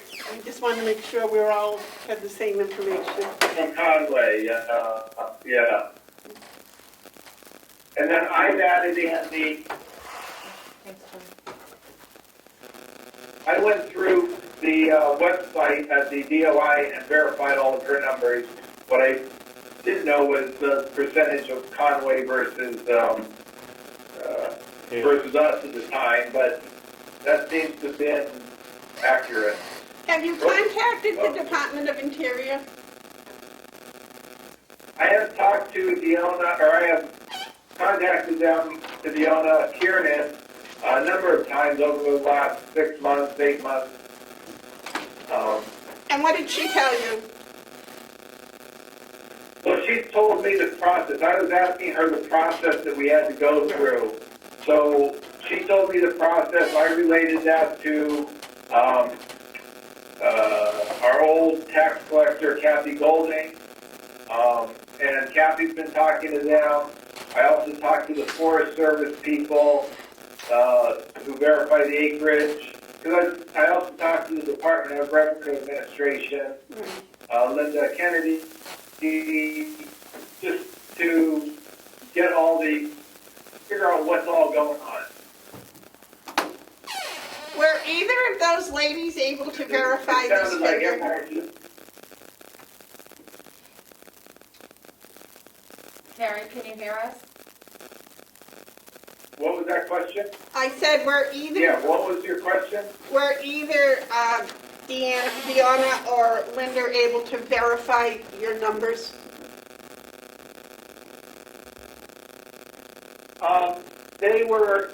We didn't talk about the numbers of the past. We only talked about how to get this occurring on a regular basis from here on out. Okay. That's where my focus was at that. Okay. And Deanna was very, very helpful, was she not? Because I had spoken with her on several occasions. Yeah, she's very helpful. She's very good. She gets back to me. I find email is the best way to communicate with her. I did catch her once, but that took a lot of work. So you have not had anyone from the Department of Interior verify these numbers that you were given from Conway? No, I verified them from their website, though. Yes, Their website goes back all the way back to '99, but it and I does. verified all the numbers with that. But it does not mention Hale's location up until 2020. Correct. It mentioned Carroll County only. Correct. Thank you very much. My point exactly. But you did give Conway their money, and the two places that contributed the acreage were Conway and Hales location. And those numbers have continued up to this day, and it hasn't changed. You gave Conway their money back. We thought we would like to see our money, which is actually a bigger percentage than Conway's, because we have a lot more Forest Service land here.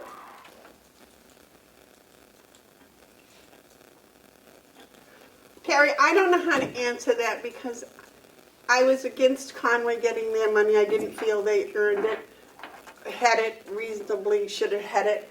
Albany, every other town in the county that had land that applied for their pilot has been getting their money on a regular basis like they were supposed to. So, but I promised I wouldn't go on to another tirade. So what I'm trying to do is get through this meeting.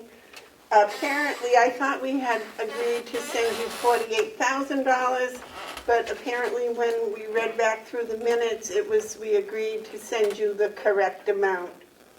And that's what we're trying to determine is the correct amount. And as I said when you first came on, we have an impasse because, excuse me, we have one commissioner thinks you should have $50,413.95. One that thinks you should have $48,000, and one that thinks you should have zero. Madam Chair, it's not that I thought that that's all they should get. It's what we have in the budget, and if that would be acceptable to them. I didn't say that that's what I thought they should get, but I just thought it was a compromise.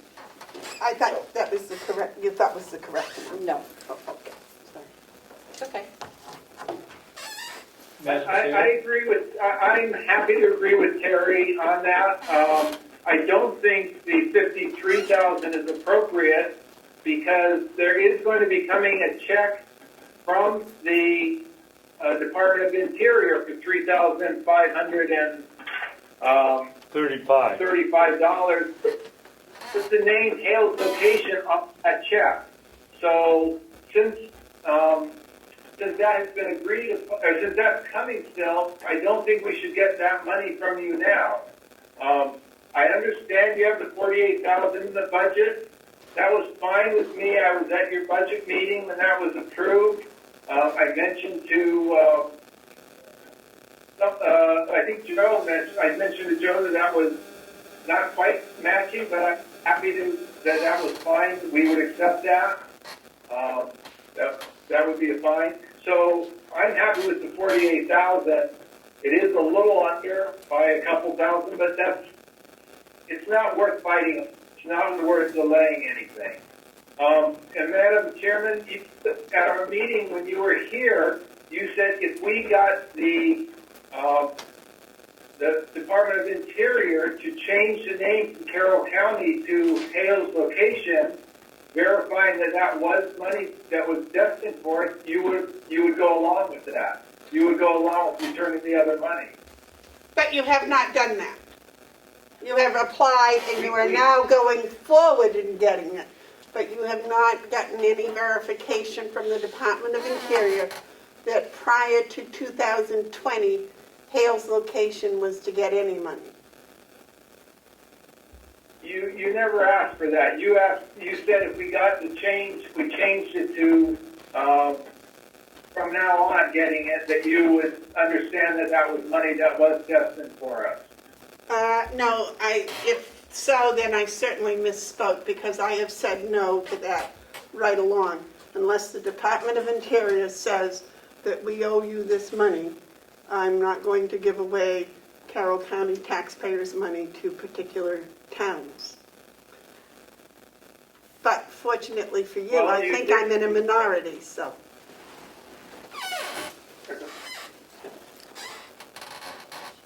David? Yes. Terry, thank you for meeting with me yesterday. First of all, somehow you've thrown in another figure and you calling it 53. Your sheet's 50,413, not 53. It doesn't make any difference because if we can get the check from the government sent directly to you, then the 46,956 will fit in under the budgeted amount, and we don't have to worry about it. That's fine. And you told me we've got the tax number, we've got the Dun and Bradstreet number. What's holding it up? Joe has to go to the bank. I don't know why the bank's closed. I've been going to the bank since the Corona thing started, but what is the holdup right now to prevent you people from Yeah, just getting a check? That's the form. Kathy Golden gave me the form. I was going to have Denise fill it out and send it. I would fill it out for her, have her send it in. But we needed the account number that money was going to go to for the year. So we have to open a new account is all that's standing in the way at this point. Yes, and as I understand it, you wanted to open a new account anyway when Denise came in, so that's fine. And the money doesn't come to me; it comes to you guys in essence, or your tax collector, which is Denise Leiden. That $3,500 will go to Denise as tax collector. Okay. Joe, you have a comment? Yes, if I may follow up, I had talked with the commissioners about this previously. We're moving the account from one bank to another to simplify our processes. Unfortunately, at the same time, we're trying to do this DUNS number and the other information that was needed. The COVID came into play during this process. The bank we're dealing with was closed. You could not get into the lobby. You could go through the drive-through, and I didn't feel comfortable trying to open this account through the drive-through. The bank has since opened up in the last 2 weeks. I was there yesterday, but unfortunately I was on a mission, so I didn't really have time to take care of it, but I will get that account open in the next day or two at the bank. And so we'll have that information, you'll have the account number, it'll be done electronically, and that should take care of it. The only question remains is, what's the figure that the commissioners are going to decide, if they decide, so that we can get a check for Hale's location.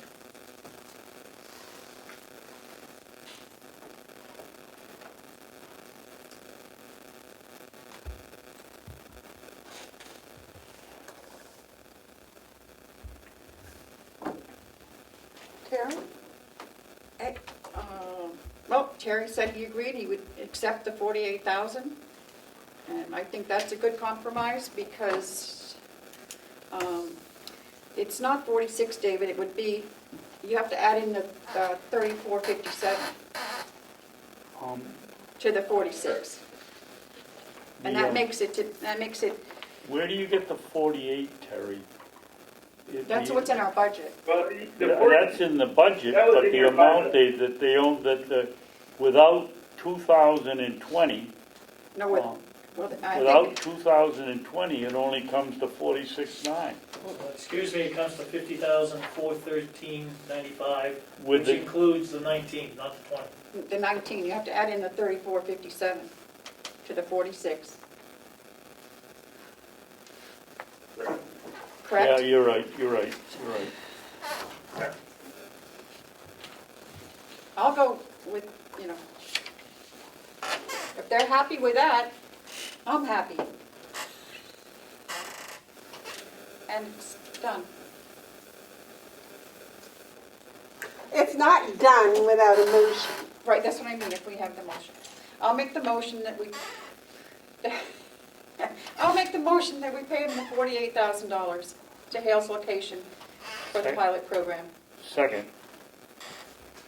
Motion's been made and seconded to give Hales $48,000 for their pilot program. That was it, right? Yeah. Is there any discussion? All those in favor say aye. Can we have a roll call vote, Madam Chairman? Certainly. Commissioner Batson, Yes. Commissioner Bieber, No. Commissioner McCarthy. Yes. Thank you.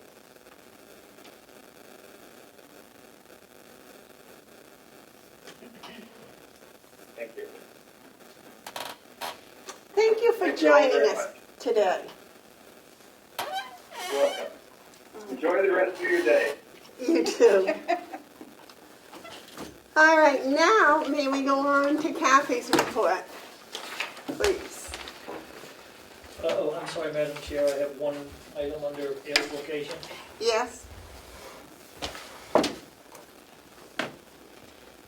It's a check payable to the Carroll County Registry of Deeds for some transcripts that the office needed, the tax collector needed.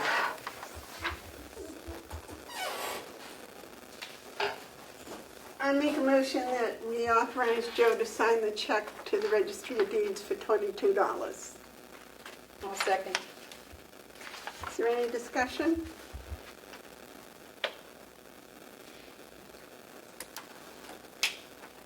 Seeing no discussion, all those in favor say aye. Aye. Those opposed? David, are you going to vote? When I get through reading what we're paying for. Yes, aye. Thank you, Madam Chair, that's all I have.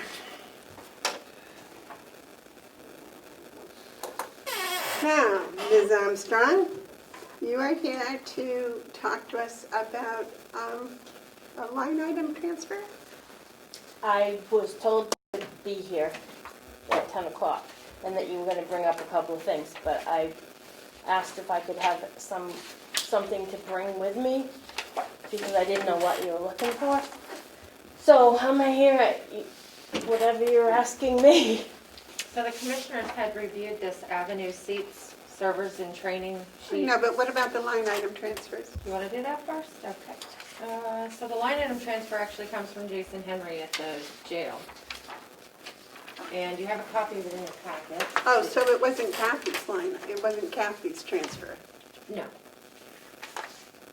I've looked at everything that's over. I have comments on them. Some of them I'm expecting one from Jason, expecting one from Paula, but I don't think they're not ready to bring that forward yet So- for overtime. It's over budget. At the nursing home?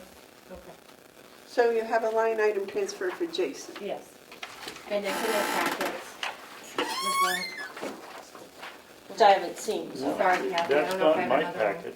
I don't have that. So, This isn't, maybe I brought that one up for you, Commissioner Bassett, because you got your packet ahead of time. Yes, I don't have it. My apologies. I do have an extra one, Kathy, here. I know where he's over. I had no idea where he's intending to pull it from.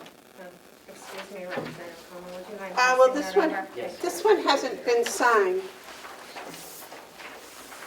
Jason sent it over electronically so you could have it. He is planning on coming over to discuss one public thing and then a non-public. But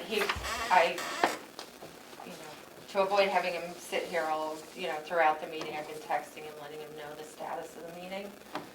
No, I'm on here, under Kathy, it says line item transfers. So- That's what I'm trying to find out what we're talking about here. So what Because- happened, I can give you why that's on there. So, the end of last week, I reached out to Kathy to ask her if there were a need for any line item transfers, because the delegation is meeting on Monday, and Representative Damaris said they could meet ahead if we had transfers. So this would be a good meeting to do those transfers. So I told her that I would put it on the agenda, and then if there was no need to do any, then the chairman could just pass it over. Because line item transfers are brought into us by the department heads, so I thought Kathy as department head had a line item Gotcha. transfer. I'm Okay. so sorry, I'm sorry. No wonder we're talking here in Okay, so we're going to put this aside. gibberish, I'm sorry. Do you want to wait? Yeah, till that Jason should be comes for to talk Jason. about Yeah, that? okay. Okay. Thank you. All right, the training for the avenue, Okay. So the commissioners had reviewed that avenue sheet, that you had a couple of weeks ago. You're free to borrow mine if you need it. And the comment was that you'd like to have the finance director come up to discuss it before you decided who to assign seats to. That's the seat, yeah, I know, I So kind of, certainly you guys I can kind of have that one memorized. have my copy if you want. Yeah, okay. The seat assignments. So we have 11, so if are you telling me that the work that I've done to put the 11 seats together, we're gonna change that? There was some questions about who got, Terry, I think you had a question about people with seats. Right, I think we had stated that we wanted the treasurer to have a seat. And my question was, does a seat, like, if we had a seat for the treasurer, and I'm assuming there's a password for him to get in, can the 3 commissioners use that same password to go in and not have to have another seat? How is that done? I think you need to talk to Avenue about that because they would have a problem with that. I'm asking you, is that a possibility? Okay, you talk to Avenue about that. I don't really want to speak for, Okay, because that is not what their licensing allows. so it's one person, Right, okay. a seat per is one person. Oh, I think, oh, I remember, the follow-up was that if we could have a read-only seat, that wouldn't be designated for anyone in particular, that anyone could read, even the public possibly. You could pay for a seat for something like that. You would have to bring in a computer that has to be dedicated for that because you have to, the access to get to their server is very restricted. So you can't just put a password out there. It won't work that way. But somebody from the public could come into the office? I do believe that. Isn't that what, I think that's what they told you. I did not see this until Melissa, I asked her what this was all about and she forwarded me what you guys are looking at. I had not seen that information that Ted evidently had sent you. And he also sent, because of the power outage, I can't access my email downstairs, but there's an email from him that the licenses are per computer. Or just per computer, Yeah, they're not per person? Isn't that different than per what we heard last computer, week? not per name of person. Okay, so we could have one in I the... just can't get it for you to read you exactly, but that's what he said. I'm not willing to speak for them because it's their licensing. So if they tell you you can do whatever you want to do, then that's fine with me. I don't have a problem with that, but I can't speak for them. That's why I'm trying to get it open, but it. So what I understand is that if there were a computer in Laura's office that was a seat, then anyone that went in and sat in that seat with the proper access would be able to use it. That's what Ted is saying, if they will allow that, then, but I do know that the computer, it can't just be a generic, it has to be specific because of the firewalls and that sort of thing. So you would have to have a dedicated computer for that. And that's what John has been doing with the department head computers, I believe, is he's been upgrading them and he's been... Right, the 11 seats, he's gone to their computers and he is setting that up. So I still don't know actually if he's finished that. I have actually gone on with a Zoom meeting with Jason and Sherry to walk them through the process. I've given them my instructions that I have. So that was the plan from last year. That's what we had planned. I would just get the access for these guys and show them how to use it. It's very, very basic. So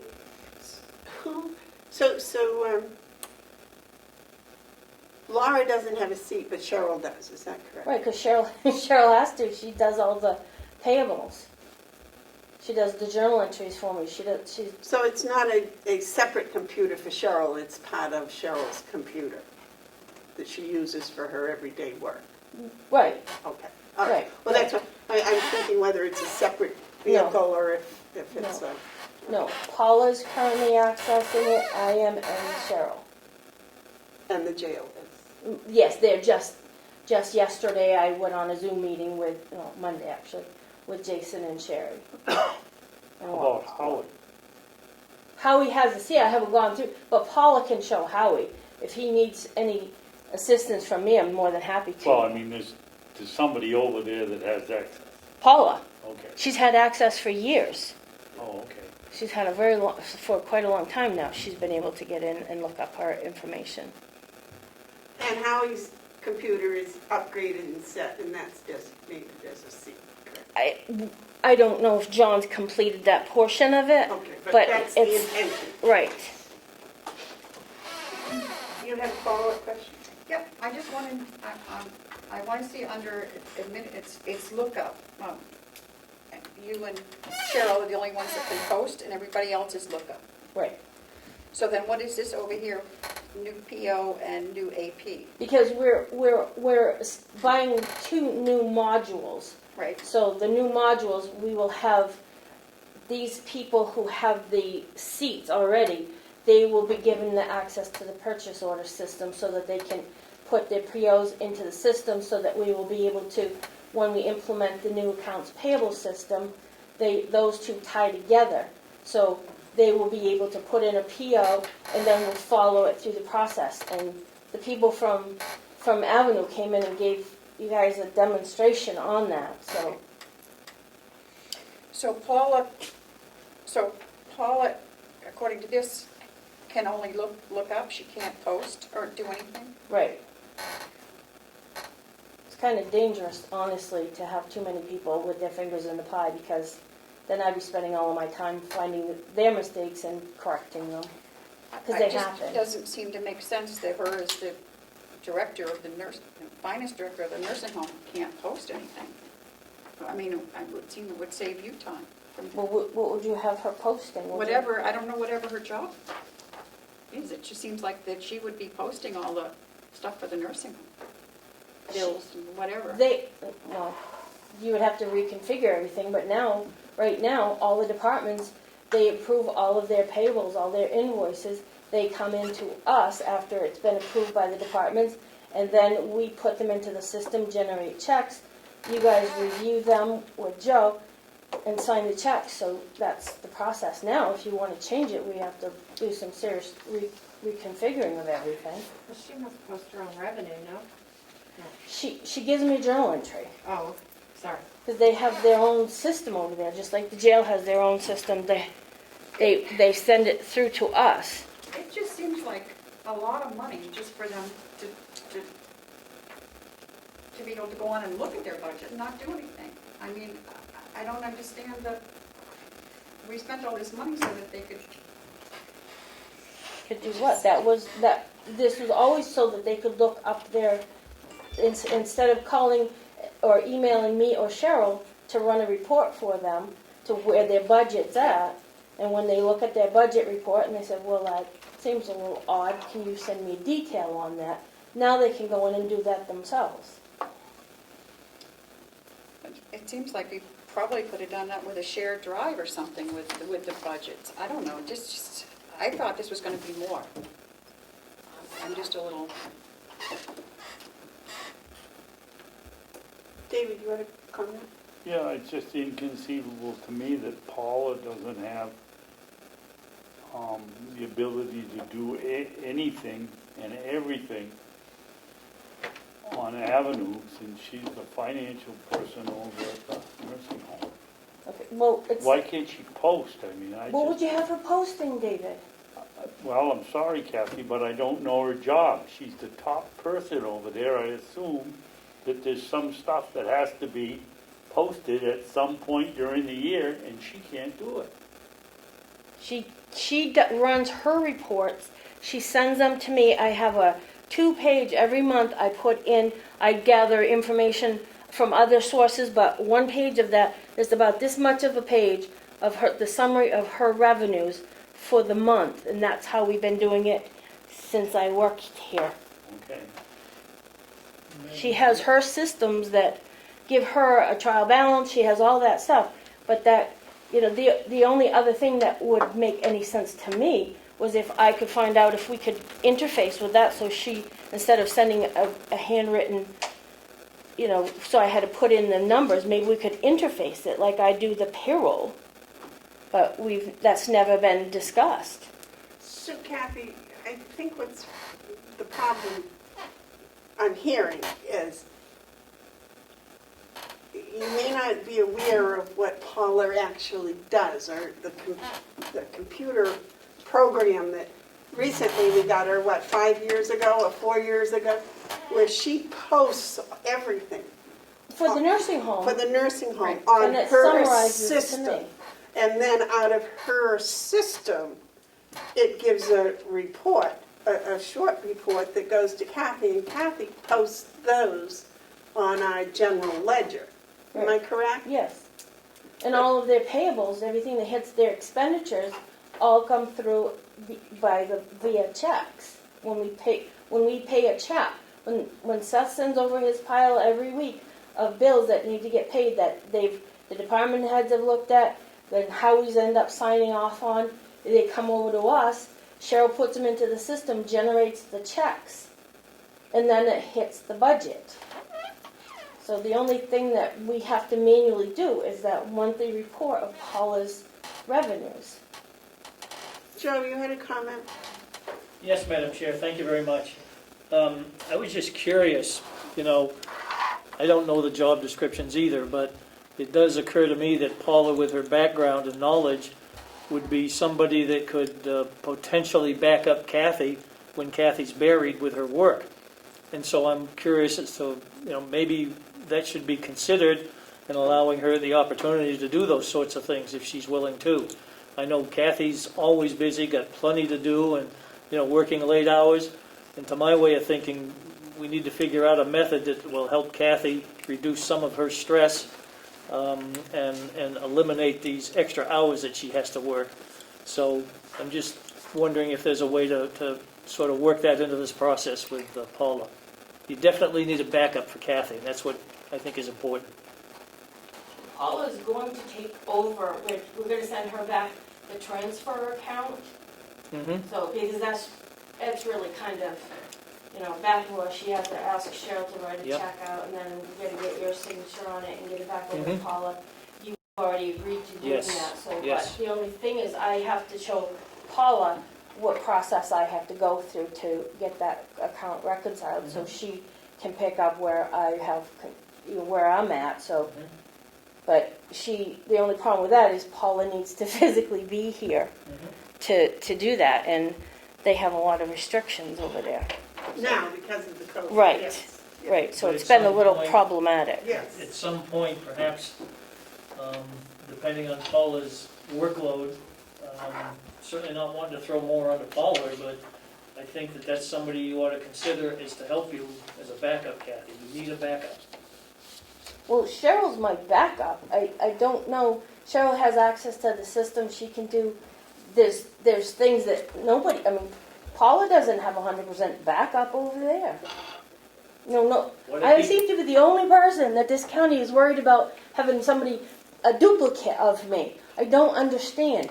What I if can you- be out and people can take care of the day-to-day operations. You had made comments about you need to be cloned, and so we're trying to help you with this. Well, then maybe you need to clone Paula as well. If you look every single aspect of this county, there are people who are key people. So I don't know why the focus is all on me. Well, it wasn't, we tried.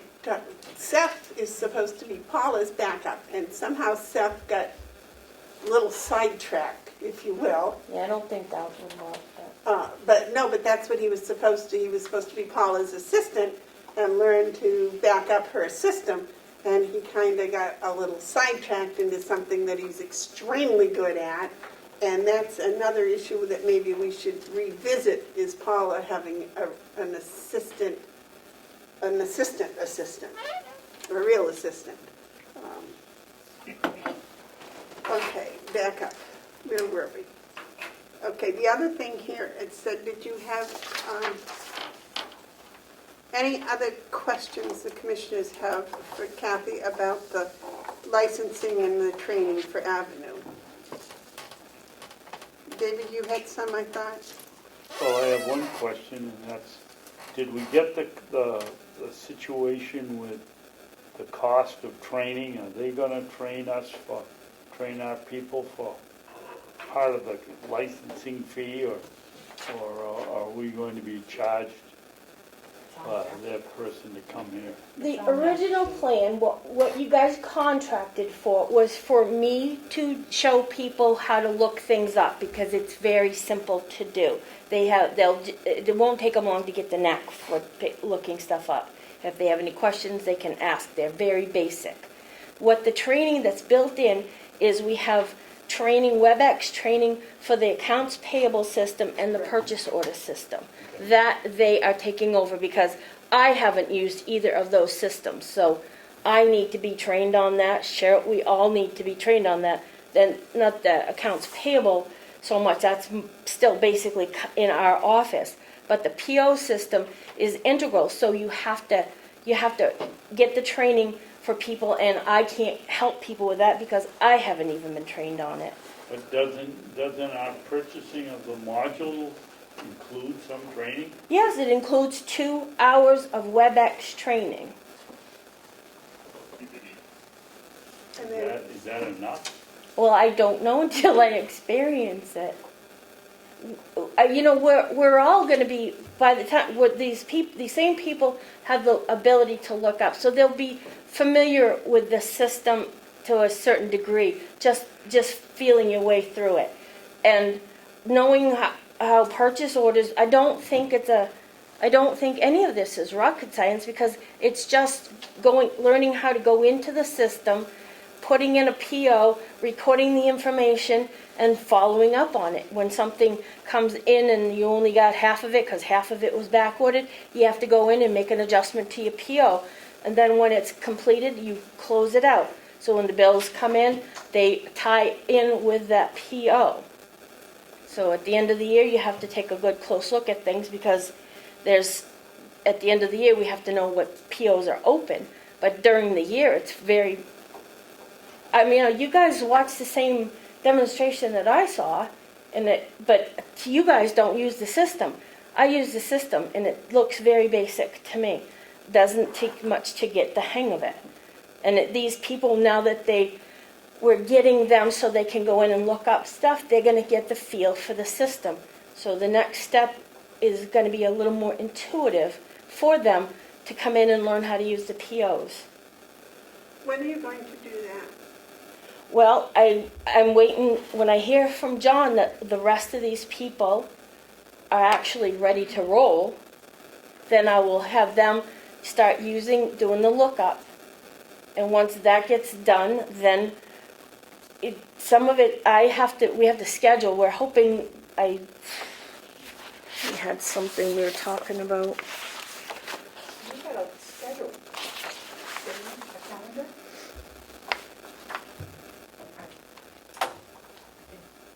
Oh, okay. You got it. So we were hoping sometime in August for me to start getting the training for me and Cheryl on the accounts payable system, because that has to come first. So I don't know. This calendar is a moving target, because we haven't even got people looking stuff up yet. So you and Cheryl are the only two that are going to have access to the new accounts payable modules? Yes, because that's the same as what we're doing now, only and for the accounts payable, it's going to be tied in with the PO system. It's also going to give us a bit of an ability to, right now, if you drop a bill in front of Cheryl and then she puts it into the system, it's queued up for the check run that she does every week. With the accounts payable, you will be able to go in there, so she can throw things in there that aren't due yet, or things that are pending, or there's a question on it. She can go until she decides to check off. Basically, I don't know how the process exactly works, but she can go in and select, these are the ones I want to put in this check run. And some things can stay in the system, which is a time saver, because I remember there was many times when I'd put something in the system and then someone would come along and say, that, oh, that's, I'm not ready to pay that after all, I have to actually take it back out, and then when they're ready, put it back in. So sometimes that can be time consuming. Okay, it's, so now, is this something that everybody in the finance department is going to attend this WebEx, this 2-hour WebEx for the accounts payable? Well, only the people who are actually doing that work, because right now Cheryl's the one, I've done it, that's what I started doing here, is paying bills. So that is, so I am basically the backup for the bills, because it's second nature to me. It's very easy. If you don't do this stuff all the time, you're gonna forget how to do it properly. And you gotta watch out, there's a lot of things, there's a lot of moving pieces, you gotta keep an eye on a lot of different things. So, Well, but I was thinking that you've got a 2-hour WebEx on accounts payable. yeah, You have people in the finance department, they all have some idea about a little bit of it, and that it might be helpful for them to have more of a knowledge, not only for those that are actually doing the accounts payable, but for those that are setting stuff up to go to the accounts payable. Sometimes if you know what happens after your job or before your job, it makes life easier. So, oh, so you mean like Seth and Paula and Sherry, they should all, it's a 2-hour WebEx, right? as many people as you want to sign on to it, they can sit and listen. But they won't have the ability to do these things. No, and I understand But to that. see how the system works, that would not be a bad thing to do. That's what I'm thinking, that all the department heads probably should see this, as well as everybody in your finance department. That way they would have an idea as to where what they give you goes and what happens to it. I don't think knowledge in any form is bad. I agree with you. I was thinking about throwing that out there to the other department heads if they were interested in observing as well, anyway. I don't know if it should be an option. I don't know if it should be an option. I think maybe it's something they should do. Well, What do that's you fine, think? like I was just saying, I was thinking about that I anyway. think they should, and I think anybody that has any involvement, if they're curious as to how it works, that they should be able to sit in on it. It doesn't cost us anything on the training. Right. Yeah, Probably be good for the commissioners to sit in on it. that's what I'm thinking.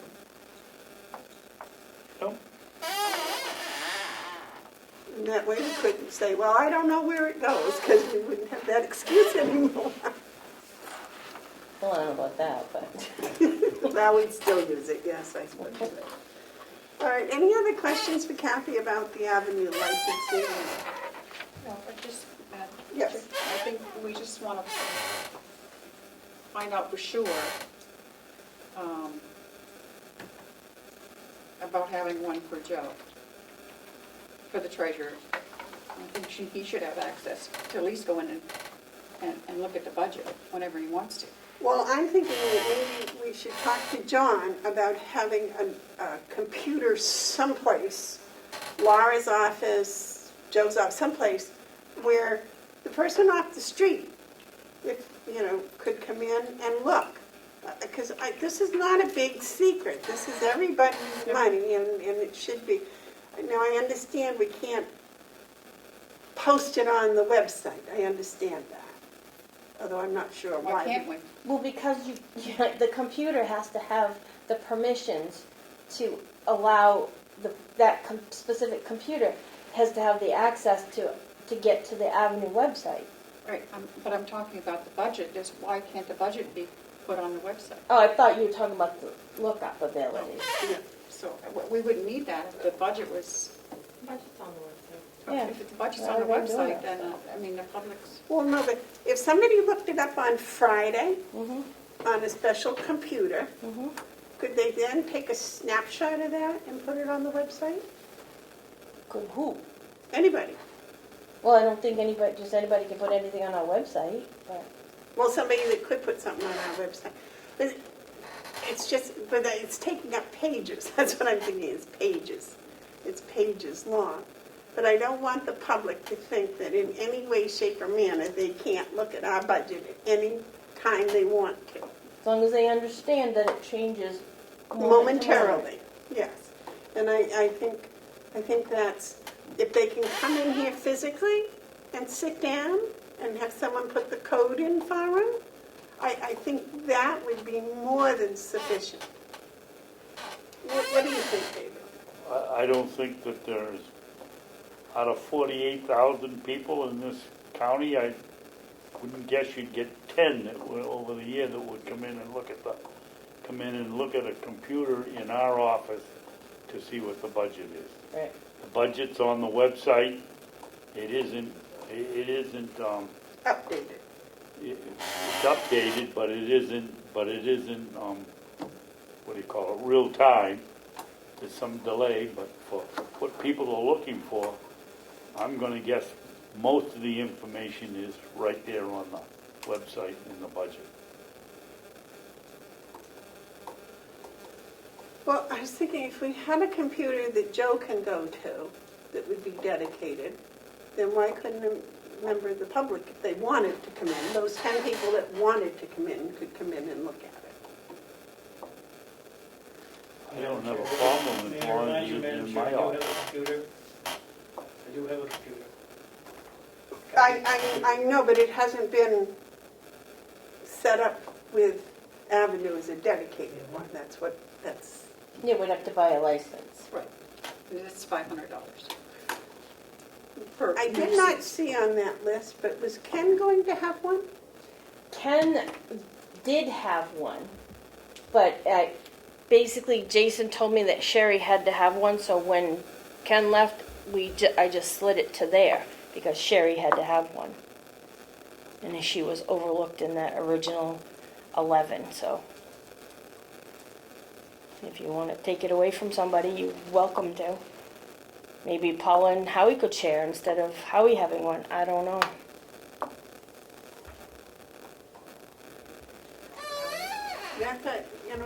Because I think just knowing that there's one that the public could come to is going to just stop a lot of these what-if questions we get. And David, how often does the budget get updated on our website? I don't know, because I've got my own paperwork that I can look at, so I don't know. I hardly ever go to the website. Do you know how often the budget gets updated on the website? I don't do anything with the website. I don't even look at our website, so sorry. Melissa, how often does the budget get updated on the website? Every time a new quarterly is Quarterly. passed out. So that's quarterly. But if there was something in And between. we also put the manifest up every week so people can see what checks were written that way. So if they had a question, they want to know why this certain vendor got a check, they can, ask for more information, we can send it to them.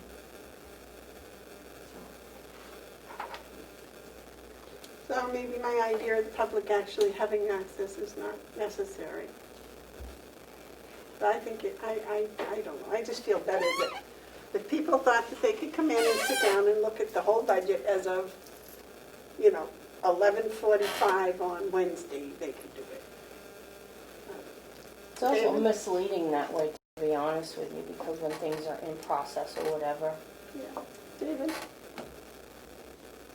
I mean, isn't it obvious to you when we have a public hearing on the budget every December 1st and nobody shows up? Isn't that a pretty good indication of how much interest there is in looking at the budget? Well, until you tell somebody that taxes are going to go up and then suddenly everybody wants to see it. Then there's some interest. Yeah. All right. Well, any other questions for Kathy? We've already detained her for 2 hours.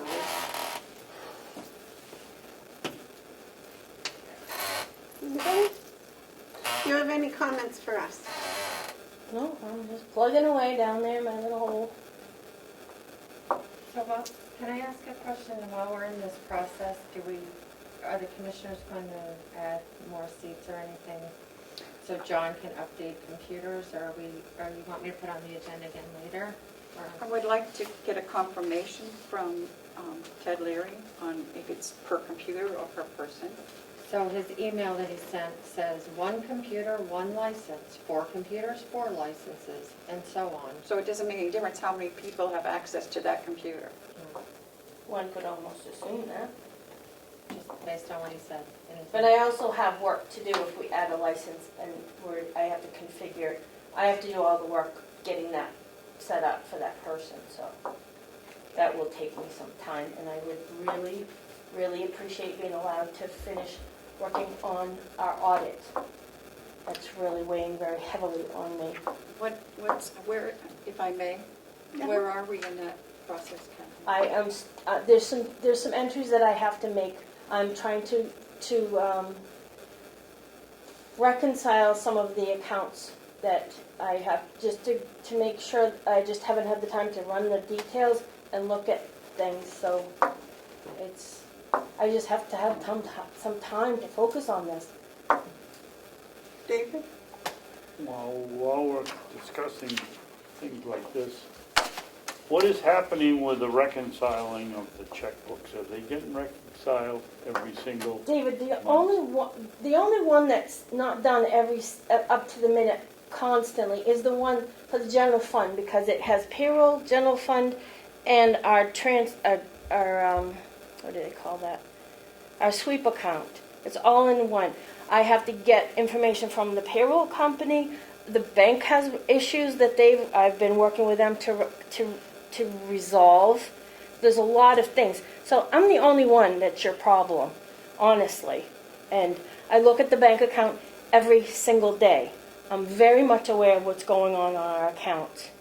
But I can't hand you a piece of paper and say this is done, because I don't really want to throw anybody under the bus here, but it's not just me.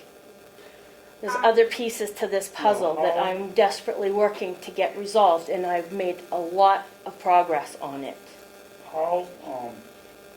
What can we do to make it easier for you to get the books, checking accounts reconciled?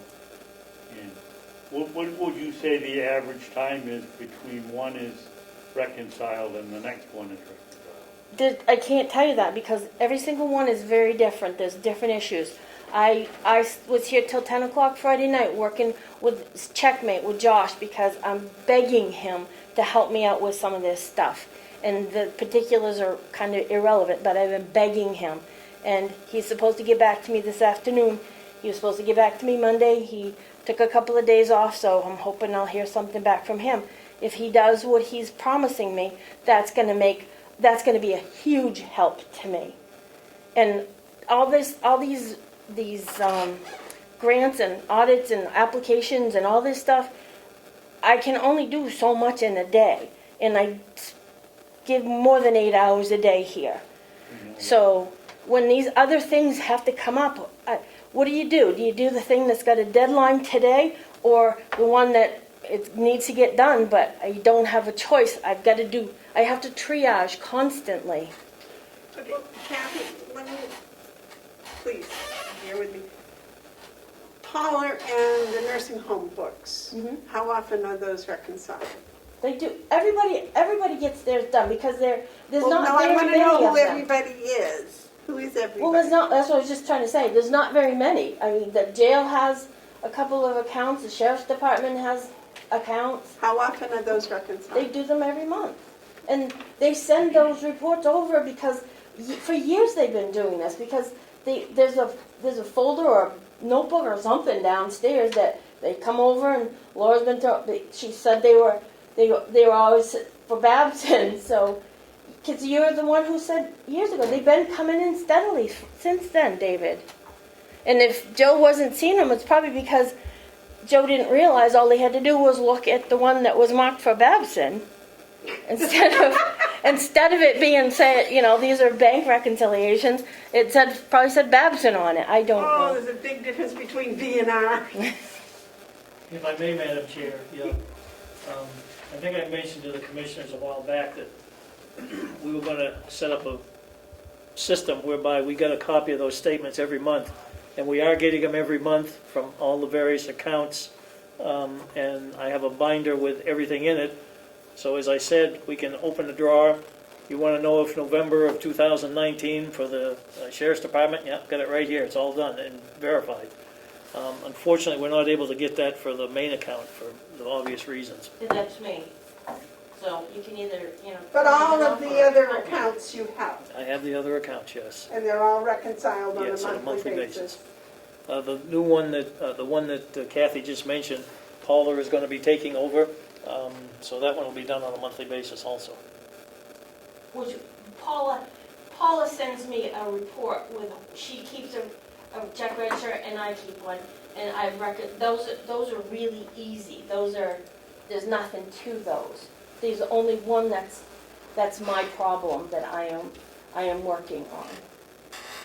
And I'm not fearful that there's any problems with it. It's just the mechanics of it are a bit overwhelming because there's 3 accounts that funnels a lot of stuff that goes through those accounts. But I keep my eye on it every single day. David, you want to follow up? No, I guess not at this time.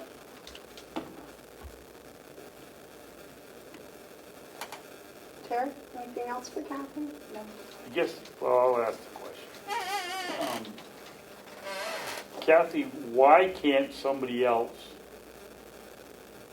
do the reconciling of this account that you have all the problems with? If you would like to come downstairs, David, I would be more than happy to let you.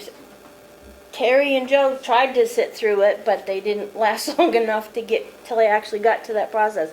You want to come and look and see? It's not like at home where you get a bank statement. Here's your checks that cleared, and you're done. You have one.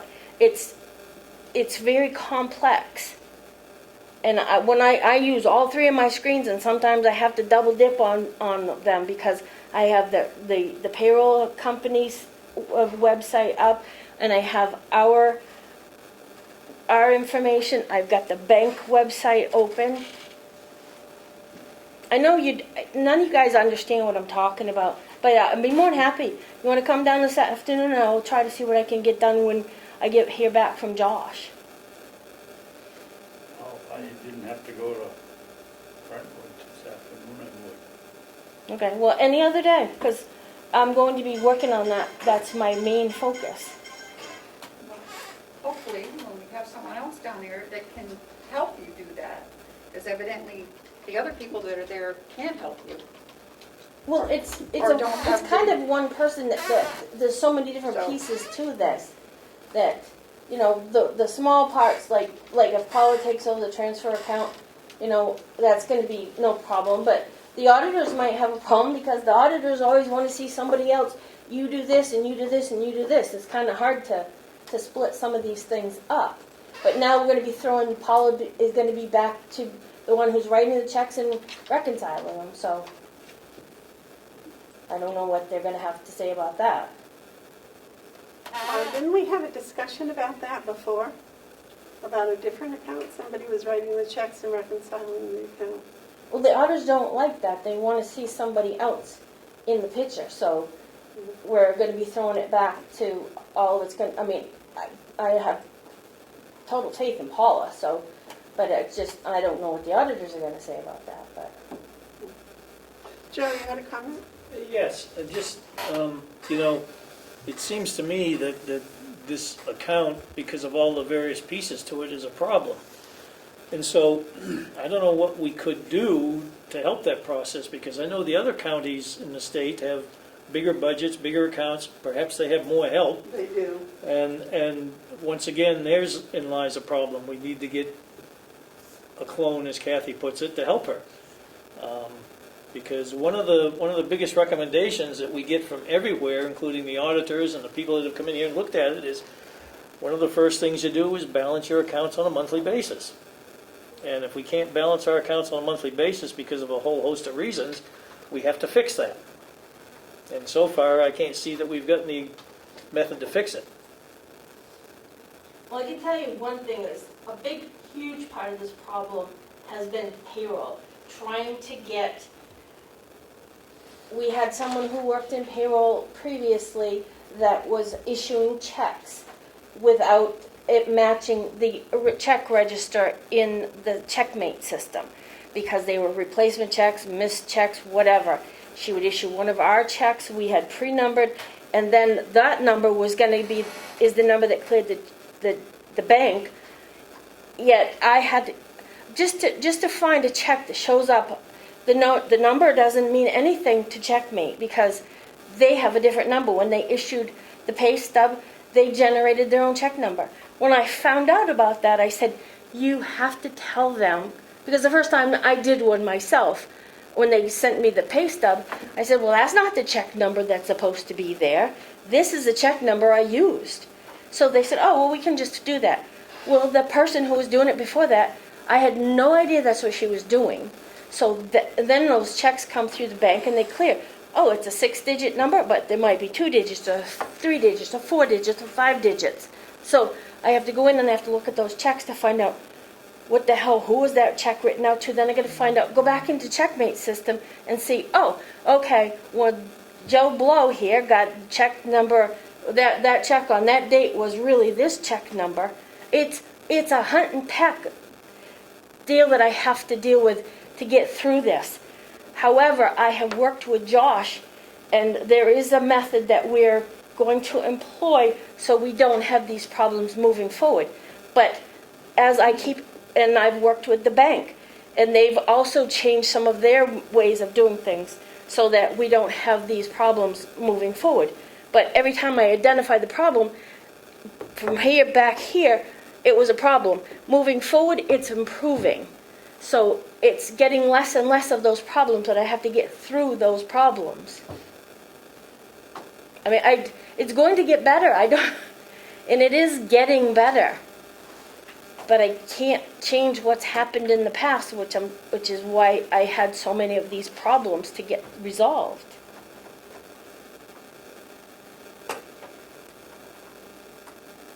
I'm just digesting what you said.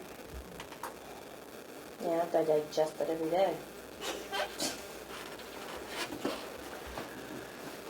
And it's hard to, when other people are involved in these pieces of the puzzle, and then they're all gone home and gone to bed, and I'm sitting there saying, what the heck did they do? And then I got to untangle the mess. And then I put the pieces back together the way they're supposed to be put back together. And that's my challenge. That's what I keep doing. And it keeps getting better because some of those problems don't happen anymore because some of those people are no longer here. So the new people are being taught the proper way to do things. So they're not problems anymore. Did you have another question? No. Okay, thank you for spending 2 hours up here today. I apologize, I know you're really, really busy. And I think that's all. And the other transfers you've perused and okayed. Well, I haven't seen any transfers. I have reached out to everybody. I mean, Lisa Scott is over by 84 cents. I'm not really sure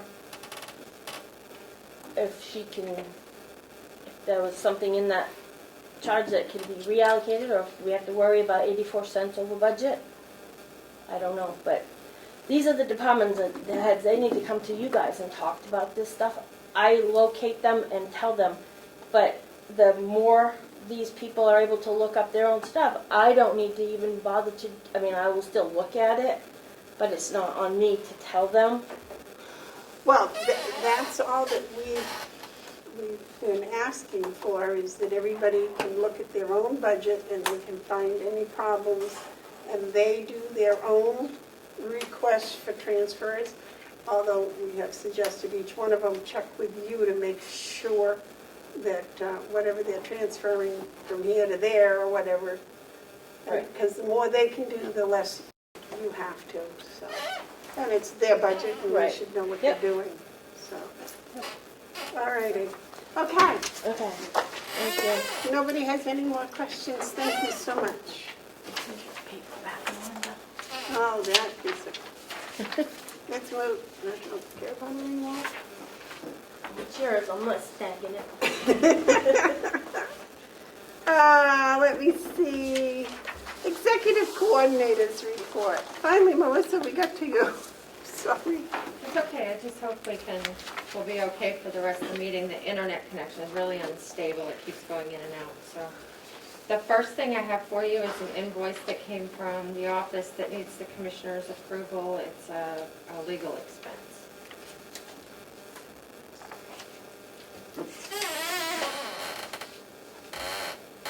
Why did it come to you? The commissioners are approving, well, actually it came to Chairman Bevard, and then she asked me to bring it to this week's meeting. So I wouldn't forget it and lose it. How's that? Because somebody's more organized than I am. I thought he was all paid. I thought this attorney was all done. Guess not.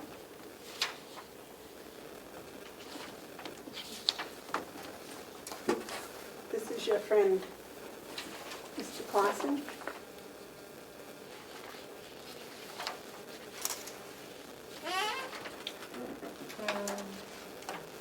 Wait, close. Hold on, open it down.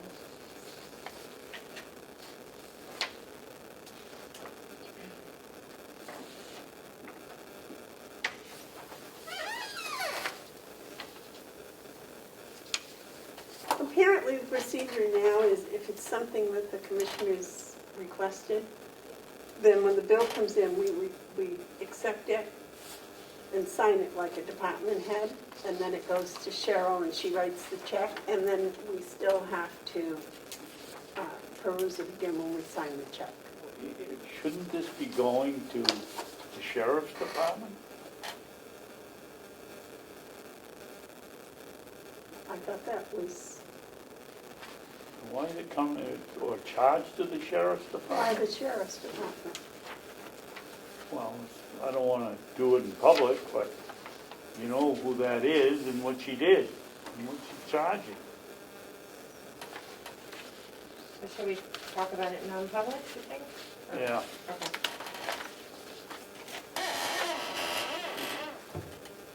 Keep it till. Okay, yep. So the next thing I had for you is it's in your packet, is the request for proposals for the auditing services. And then I also have researched and found 8 companies, New Hampshire-based companies that do municipal auditing. And there's a sheet like this with those names. Are we going to, we going to send this request to all of those? So that's, I'm looking for approval for the RFP and then the direction the commissioners want me to go as far as advertising and direct soliciting. Yep. Well, I'll make a motion that we approve the request for a proposal.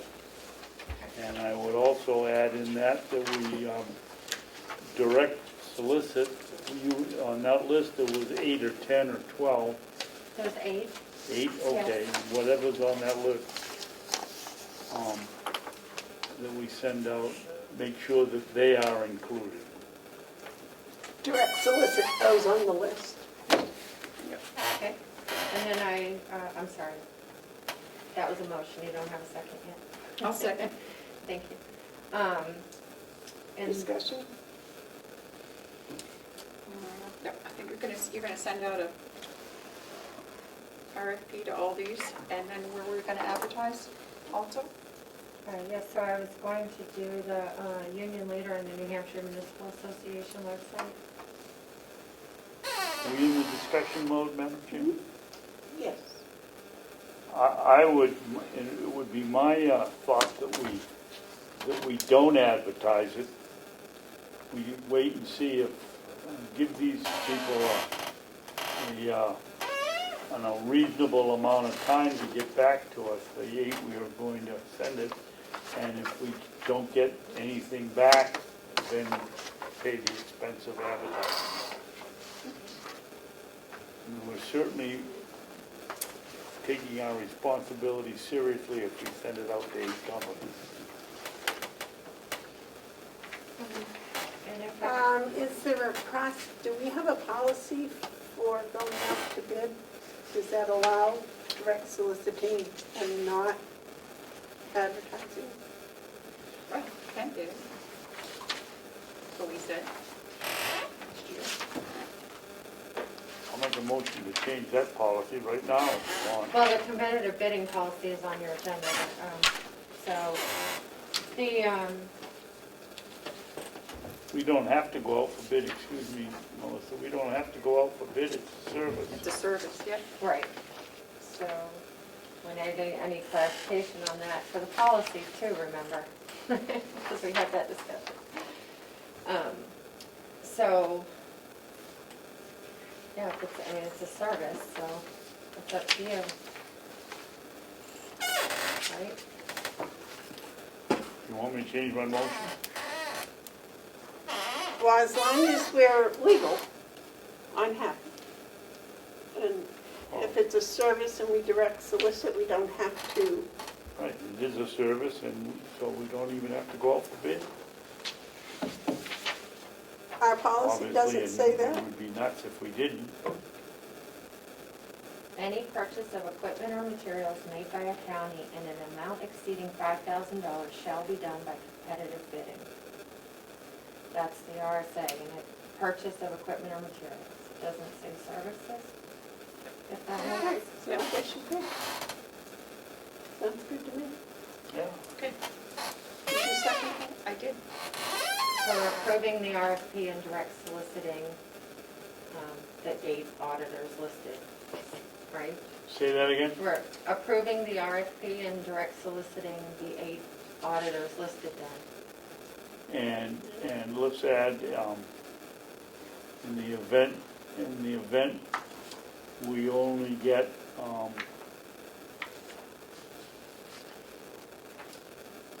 3 or less bids, or no, 2 or less bids, then we'll advertise.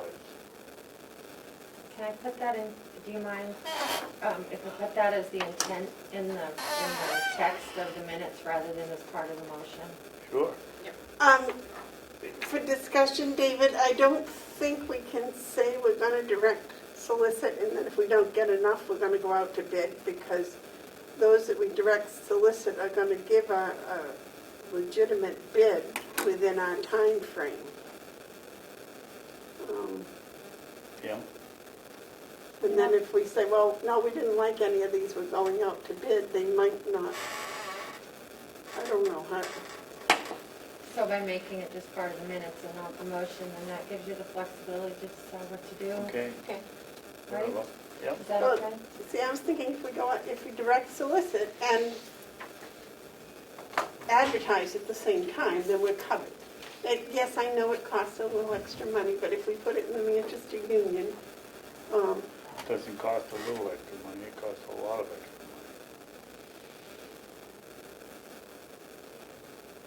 but it eliminates all the possibilities of, wow, you only direct solicited, and you only got 2, so now you're going to advertise, and I don't know. That's just my thinking about it. money. Well, then let's just go with direct appeal, direct Solicit. solicit, and see what happens, and then we can have another motion in 2 or 3 weeks when we come up short, or if we come up short.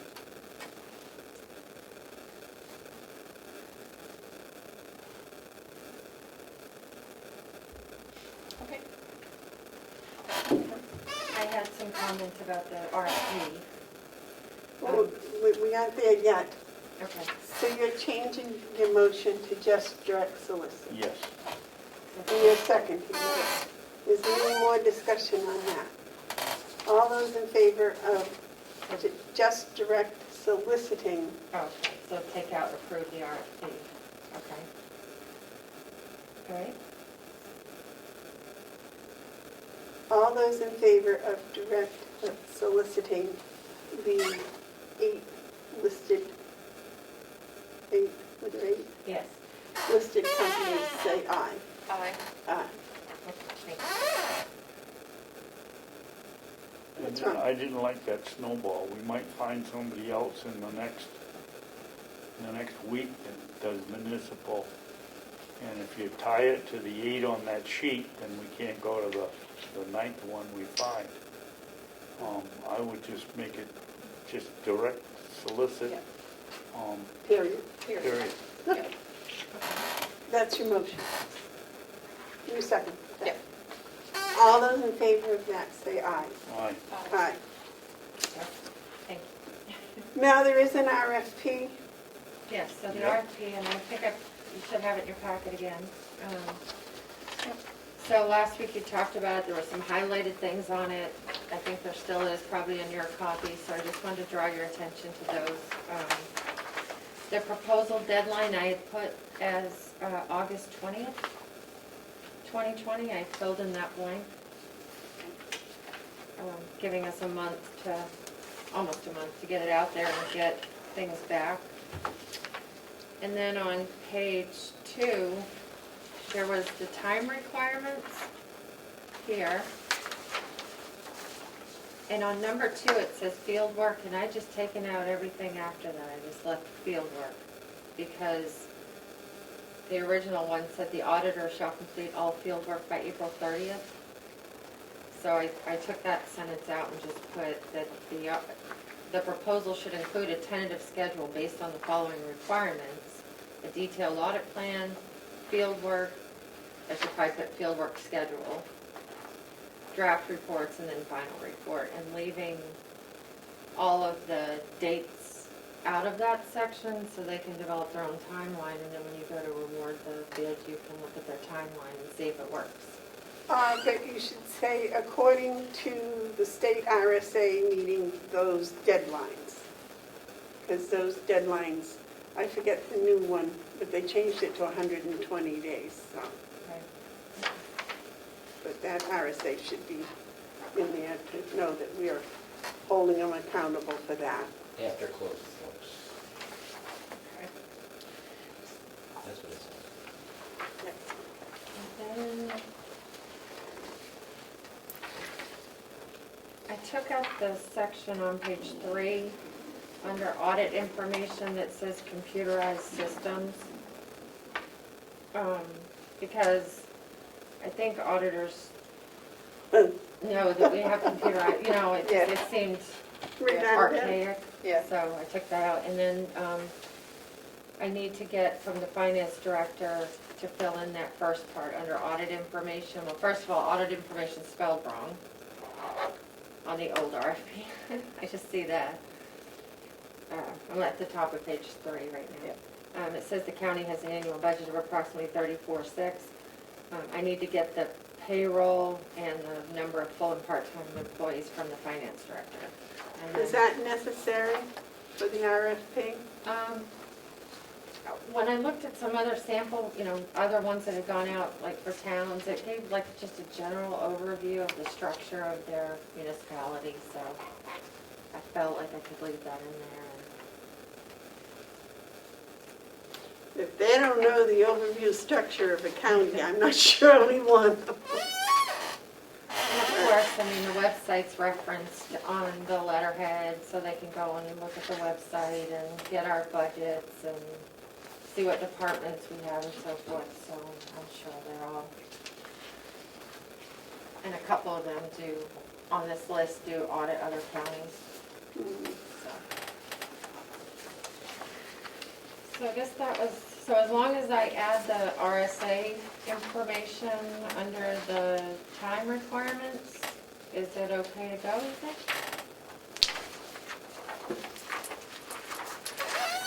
So you're gonna take this whole thing out, right, the whole computer? Yeah, the computer Okay, yeah, I think that's systems kinda, seems silly.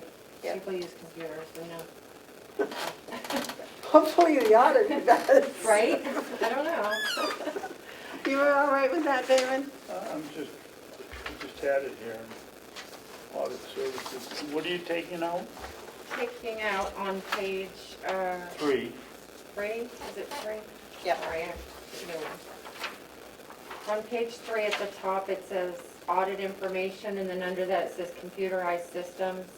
Oh, yeah, I was okay, just I gonna take didn't out see that it. whole section. Okay, Yeah. So okay. so that was all. And then add the information about the RSA under the time requirements on page 2.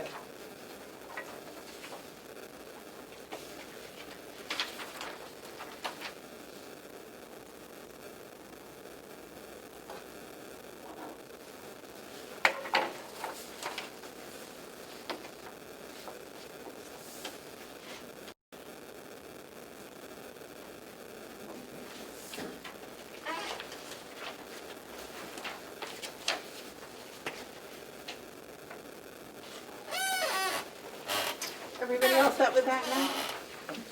Okay. Do we need a motion to accept the RFP? Or no? I don't have one. We've been making motions to accept RFPs, I think, so probably we should. Okay. I'll make a motion to accept the RFP with those amendments that have been discussed. David, Second. all those, is there any more discussion? All those in favor say aye. Aye. Thank you.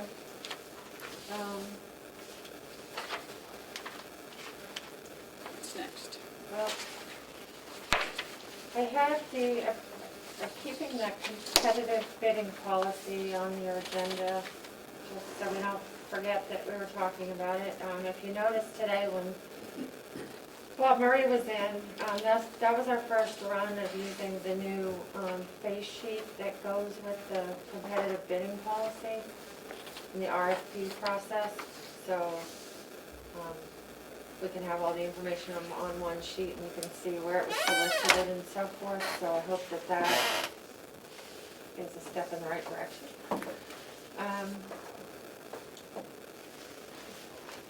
Yeah, I don't know if you've had a chance to think more about it, look at it. It needs Is this the, signature lines.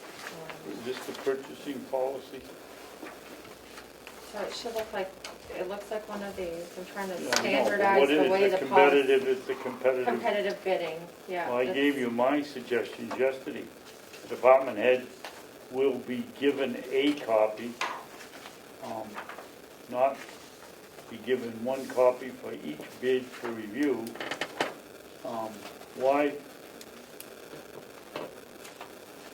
Why wouldn't we give the department head a copy? I mean, why do we need to even put it in there? Right. Well, that's our process, is we give the department head all the bid copies, and Right. then they compare apples and oranges and make their suggestion and bring it the next week. I guess I read that wrong. I thought, yeah, I did.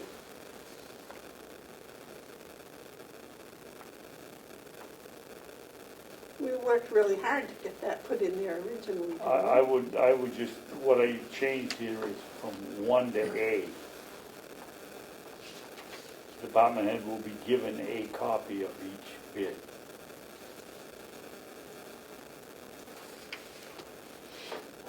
God forbid you give them 2.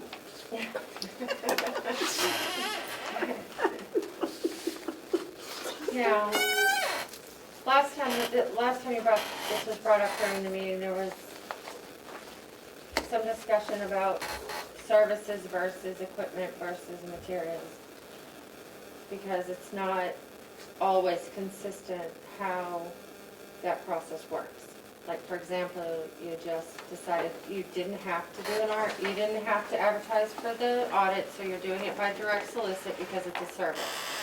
When you had the pest control services agreement in here, you voted to waive the bid process even though that was a service. You know, I'm looking for some consistency about how, or some kind of verbiage, so that vendors and the public can understand that it's transparent how this process works consistently. So, Yes. Isn't there an RSA about services? It doesn't have to be put out for bid? it doesn't have to, but sometimes the commissioners do. Sometimes you vote to waive, which I don't know if you even have to do that. And other times you just say, oh, it's a service, we don't need to. Maybe just another couple of sentences saying, quoting that RSA, and about services don't have to be put up for bid or something. Well, no. What you quoted today was the law, right? You quoted us the law that says Yeah. goods and services, no, goods and materials or something. Any purchase of equipment or materials made by a county in an amount exceeding $5,000 shall be by competitive bidding, and I think that's the 28:8B. Right. David? Yes, I don't agree with Melissa at all. I didn't make a statement, I asked a question. Okay, well, I don't agree with your question. I don't want to give away our flexibility, Okay. that if we decide we have a really good vendor and we want to continue with them and develop a relationship, I don't want to say, well, it's not a service, so you have to go out for bid, or it is a service, and then you're sidetracked in your argument. I would like to see it stay the way it is, and the decision to make, and the decision remain with the commissioners on whether we're going to go out for bid or not. Okay, so, So if I might, David, what you would like is for the commissioners to maintain their current right to interpret the law, Yes, period. yes. okay, so I will try to come up with a last paragraph to that, if that's the consensus of the board. I'll try to come up with one last paragraph to that intent, and then signature lines, and just keep bringing it on back. And if you have any suggestions about that face sheet that was attached to the jail roof information today, if there's any other blanks or boxes or anything you'd like added to that, we're trying to make it so that sheet stays with the project from the budget time to the RSP being approved, to the advertisements, to the contract, to the liability insurance on file. We want to try to keep the whole packet together so that it's moving through the system I think and it's getting fine. filed like that, so electronically and in our book downstairs. So, I think trying to establish consistency with the purchases and things of that nature is an excellent idea. But I will give you a word to the wise. If you expect consistency from the commissioners, it's probably going to be a really hard battle. But the purchasing and that is excellent, I think. There's something about organization in my job description. Madam Chairman? As I said, I'm afraid you're going to file me in a folder, yes. Melissa, did you make the correction on the last paragraph on the policy that we talked about yesterday? Which policy is that? Sorry.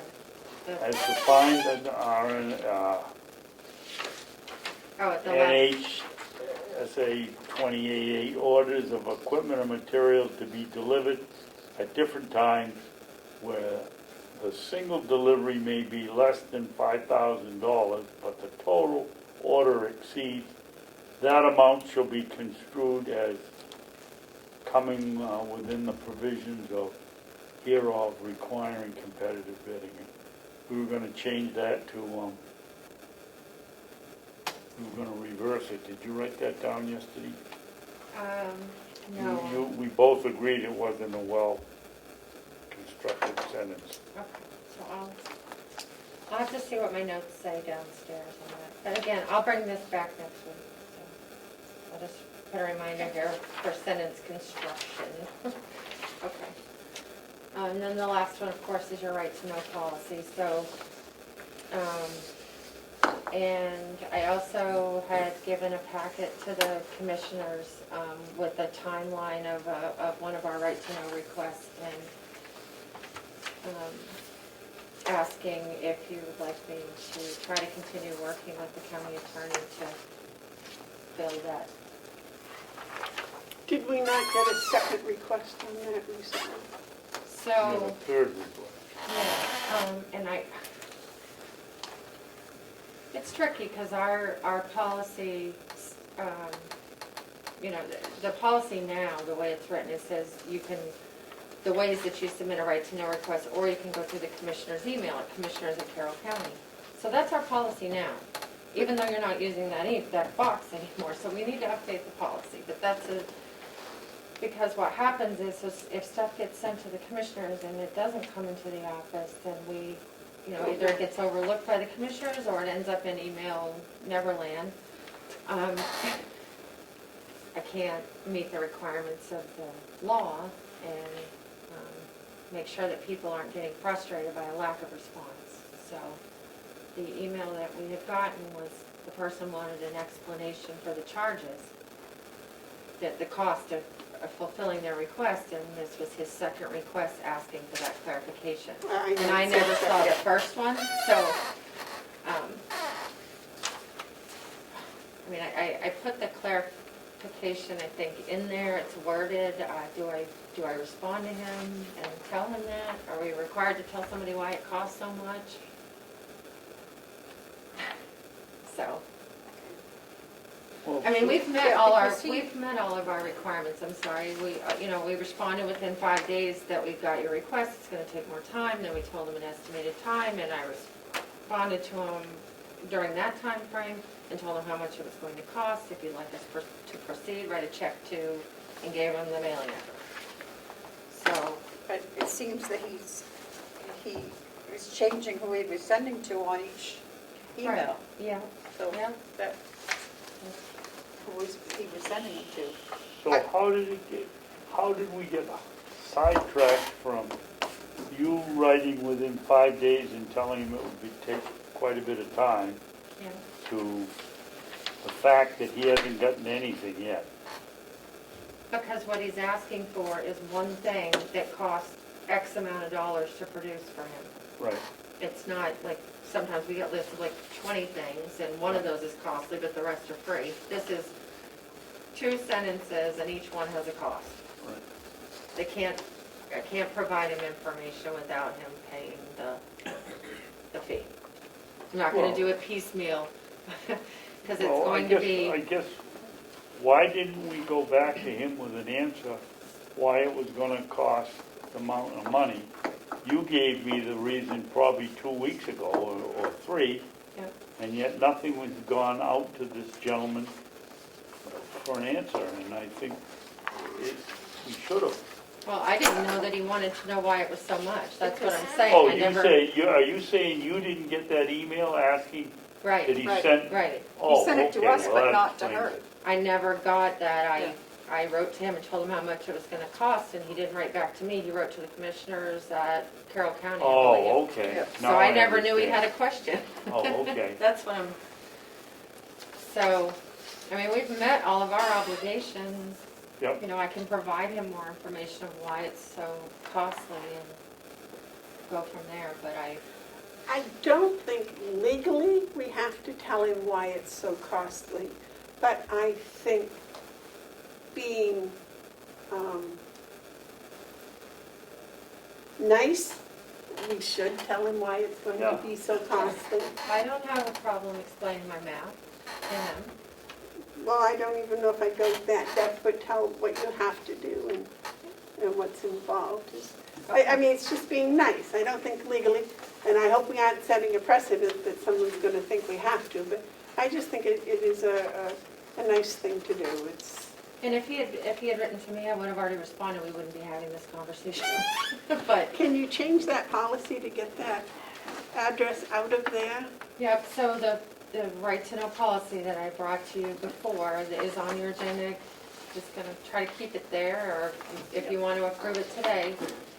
The holdup on it right now was that, the discussion about whether the commissioners need to approve, or if you just want to be kept in the loop. Basically, on right to know request. And we had the discussion, David, that you wanted to see everything and approve it before it left. Yes, if my name's going out on it, I want to see what it's going out on.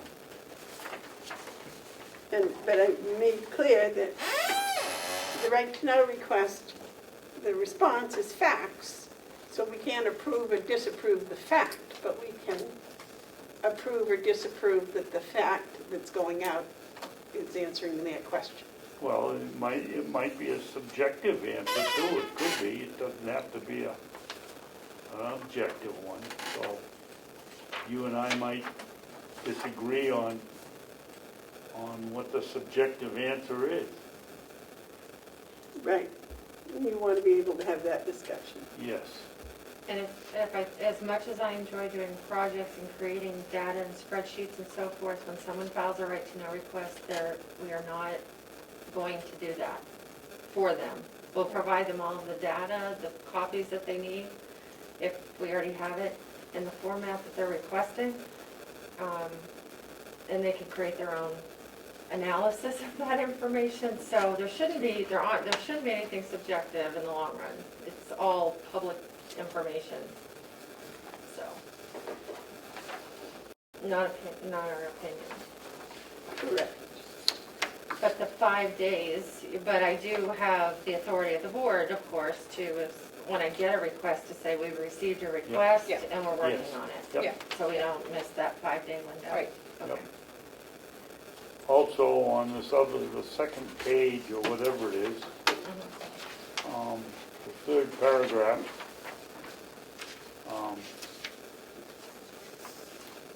you got an extra space in there on request.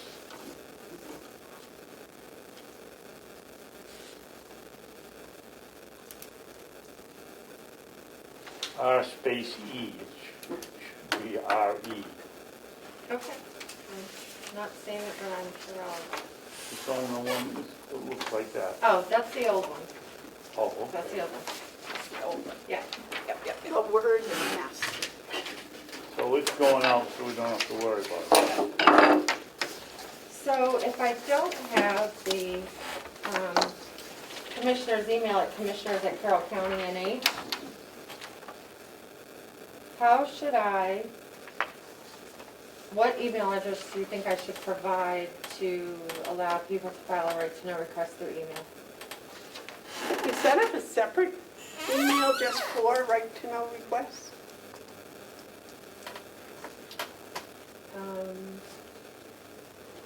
And then have copies of it go to each of the commissioners and to you and to Laura and whoever else might be necessary, but just have one email that says right to know requests at carrollcounty.newhampshire.com. But who's that gonna go to? Well, then have it come in here, Right. and then it be split and go a copy to the commissioners, a copy to Melissa, a copy to Laura, and whoever else we think ought to get a copy. Or I could just say electronic requests may be sent in via the county website using the contact us button, which is what it currently says. Who gets the contact us? When somebody does that, because when I first came, it wasn't going anywhere. And I found some old messages and stuff in there. Right now it goes to the administrative assistant's desk. And she, lots of times it's for people looking for tourism information, so she'll call or information about a certain town, she'll email them back, let them know that town's phone number. But she has had requests come in for information, and she just sends them to me and prints them off, puts it in the book, and then sends it to me, and the process starts going. Okay, so it goes to Laura. Yeah, so why don't I just leave email out of there? Well, And then, just yeah, say- and just have them do that, because that's who needs to get that right to know request first, to get it copied in the book, and then she can disseminate it to the 3 commissioners and you.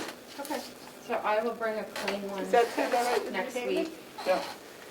Bring a clean copy next week for you to vote on, if you would, and sign. Would you think that Kathy gets that? Yep, and I don't think I have anything else. No, Okay. That's it, and Jason's here for 12:30, has some stuff in public still? Yes, and then, no public. Okay, that's your whole report? Yes, thank you. What have you been doing? Everything you've done in the meeting? No. May Do you I, guys have any questions for me? Oh, and I the do. supplemental hearing, I Yeah. got that all, that's all, so these are just for our yes. perusal. The supplemental was advertised in the newspaper, a letter was sent to each member of the delegation, each board of selectmen. It's on the website, on the board downstairs, so we're all ready to go for Monday. Because sometimes we lose sight of it being a public hearing, which means it's for the public to understand and ask questions. I am working on just a one-pager kind of document explaining what long-term care funds are, gopher funds are, and I was gonna run it by Kathy just to make sure that the definitions make sense. And what those dollar amounts, because the paper that she gave us with the financials on it, I felt like, I mean, that's not something that the public might necessarily understand that. This, That's what I had, so. And then I was gonna send it to the, officers of the delegation, about chair, vice chair, clerk, and commissioners to get input. And I also understand that the chair of the delegation has requested a proposed budget for the rest of the year or something that would be balanced. a projection, which Kathy already has that. So, Well, I don't know if she was going to speak with Kathy. I forgot to ask Kathy when she was up here. may I ask a question? Yes. Where are we with the annual report? Is that at the printers or? no. No. So the clerk and I were going to do that on Monday, and then the annex went a little bit longer, so we're going to do it today. You still wanted to okay it today, or I you can want do it tomorrow. Tomorrow? Okay. Yep. So I have the financial pieces that the treasurer had marked, and then I'm going to insert those into the draft, and then just send it and get it done. After it, with the clerk's okay, if that's still where we're at. Okay. So we're going into. Commissioners' comments. David, do you have any comments? Yes, I'd like to know how the blueberry picking went on Saturday. Nobody seems to knows nothing about it. I didn't know we were picking on Saturday. It was on Tamworth's website, it was all around, they advertised. And I think we have a problem with the Boy Scouts, they don't seem to give us any information. This is what, the second or third time we found out something that they never told us. And then I also, last week on the bill paying, I put a post-em on for, I was the first one to sign it, so I put it on, I put a post-em on the bill, which I have here somewhere in my files,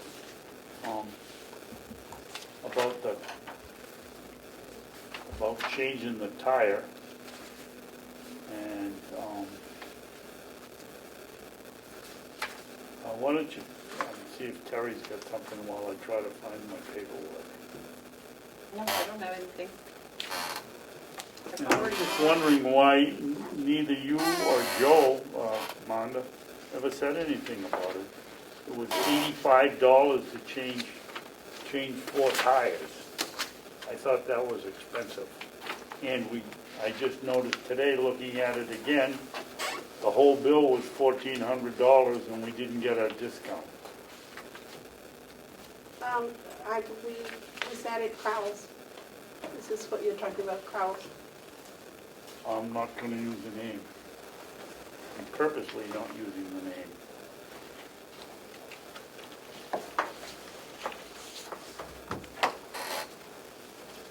Because that discount is built in. The what? At one facility, the discount is built in, and at the second, the discount is added on at the end, or subtracted at the end. This one, it always has shown, because I set it up years ago, has always shown on the bill, and it isn't there anymore. But you people didn't know that, I didn't even notice, I didn't notice it. But I was Was this the I was Ossipee or remarking about the- Sandville? pardon me? Was it Ossipee or Sandville? No, I'm not going to discuss the name of the company. I don't want to get in a hassle with a... Well, I'm trying to give you information that would tell you the answer to your question. Okay, it was Northern Tire, and they give us a discount. And they didn't give us a discount, and the bill was $1,444. Brake pads and rotors were $1,148. and it says change tires, $85. That seems to me, did they mount the tires and then put and balance them and put them on, or did they just go zap, zap, zap and change the tires? Did you call them? No, I didn't. I left it here for you. I was the first one. I thought, Well, I know, but usually you don't sign it if there's a question. You signed it, so I assumed you had called them and well, straightened it out. I signed it because I was the first one. I got a copy of it here. So I figured that one of you two would see it and say, well, maybe we ought to check it. I said, need to check. May I see that, Commissioner? Sure. But you always, if you don't call, you usually don't sign it, and that's when I call. So when you called, when you signed it, I assumed you had called. Sorry, I shouldn't assume things.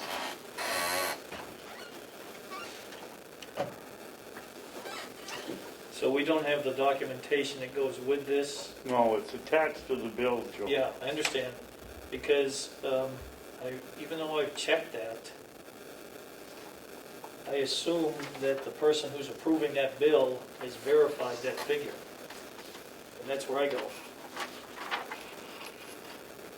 So the person who signed that invoice to be paid would be the one verifying that that figure of $85 is correct for the tires.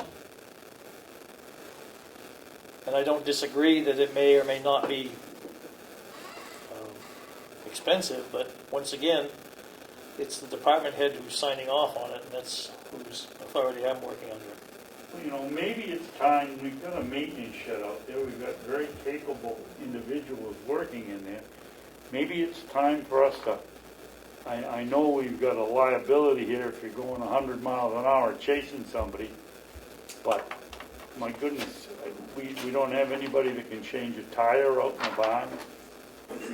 We got the breakdown so we could mount them if we have to, and we can store the other hubs and the tires somewhere else, and then it's just zap, zap, zap. I'd like to go back and look at that actual documentation that went with that. Okay. And that's all my comments, Madam Chair. Okay. Do you have some? I have none.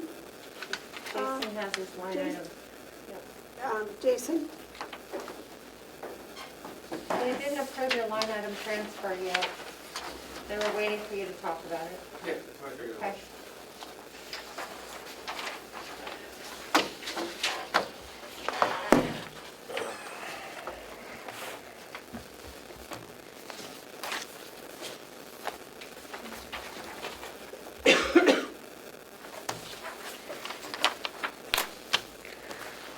Good morning. Good morning. Good Afternoon. Jason. Afternoon. We've been trying. So here, one of my first public things is asking for a line item transfer from medical salaries of nursing, 15,000 to agency nursing to cover shortage of nursing. We had a nurse on medical leave who's back in limited capacity right now, which is a relief at least to help us out somewhat, but we've already exhausted the line, and we expect that we're going to still continue to need coverage for a little while.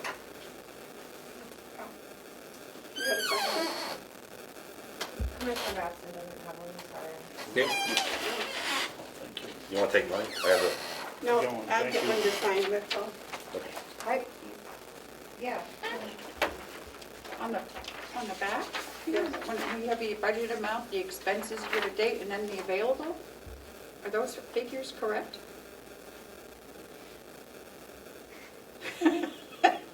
I'm going to say no.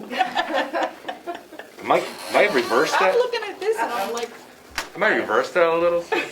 Didn't look at it, just do what you said. There's plenty of money to move down there, but looking at that, you are correct. I can fix that. okay, Sorry, I didn't look at it. okay. Just printed it off. So Well, the that's budgeted good. amount is correct, right? That's good, because these line item transfers coming from the department heads are important, and you know, that way they catch those little things Yep. sometime before we actually give them the money. So your available is the 221? Yeah, I believe so.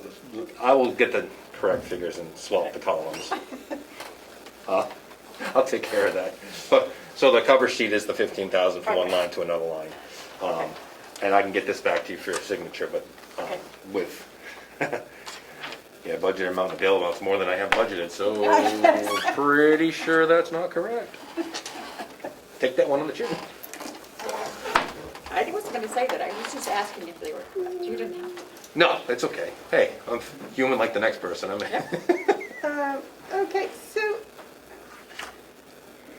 Jason, is your person that's out ill coming back?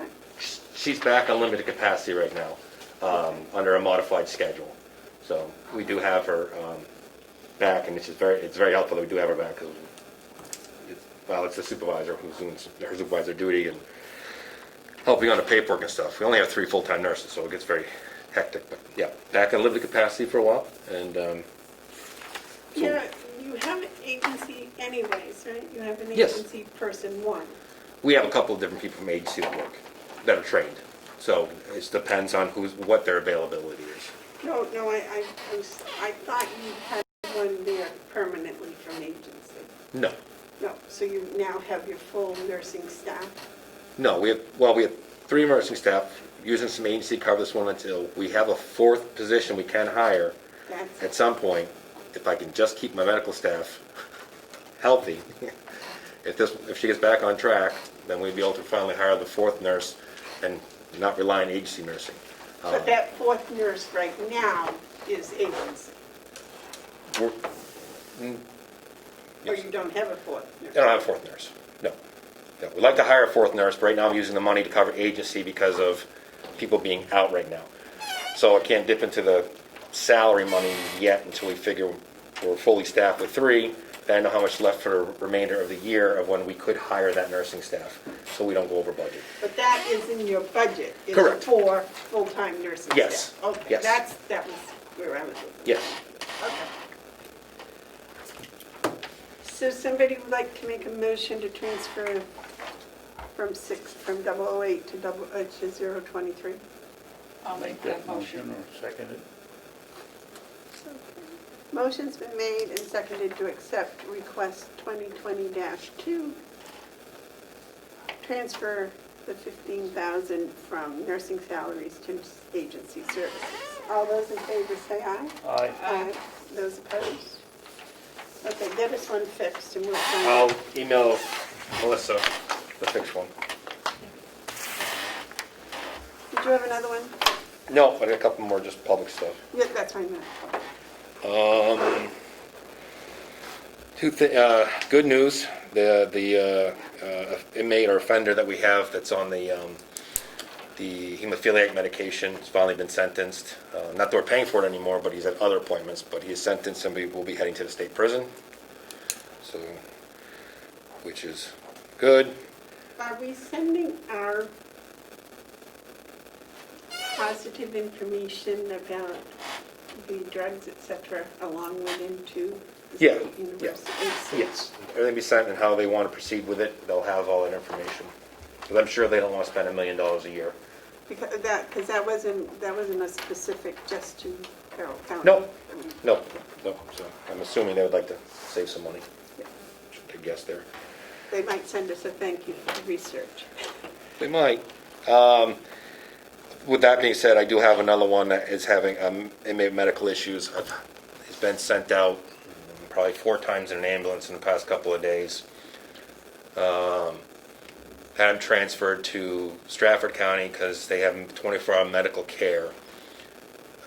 He is back in the hospital, been there a couple of days,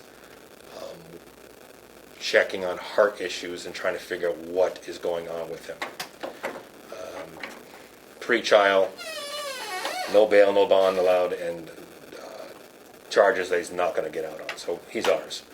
But Stratford County, if he gets cleared from the hospital, he'll go back to Stratford and stay there because he needs medications at night that we don't have a night nurse. Jason, when he's in the hospital, like now, from Stafford, are we responsible for his guidance? Yes. Yeah. So we are experiencing overtime too as well for having our officers down there as well. So our offices are down Yep. below. Sometimes other jails, if they're fully staffed and able to do it, they have, again, we help each other out, but they don't have the staffing to do it, so he's our responsibility, so we are at the hospital doing the duty. Okay. Now, are we paying transportation to those officers that are going down? They take a cruiser down there. They're on the clock. Oh, so they come here and then they go there? Yep. Oh, okay. All right. Or sometimes, if they're closer, they may just go there. If they're closer to home, they may just go there instead of reporting to the jail. So, So then we pay them gas mileage. nope, We don't. nope. Well, we get gas mileage if you know, they can come up here and get a cruiser, come to work, and then go all the way back if they want to. But if it's closer to home, we wouldn't pay them mileage because it's just like going to work. We don't pay them going to work. Okay. So no, we don't pay any mileage. There's that.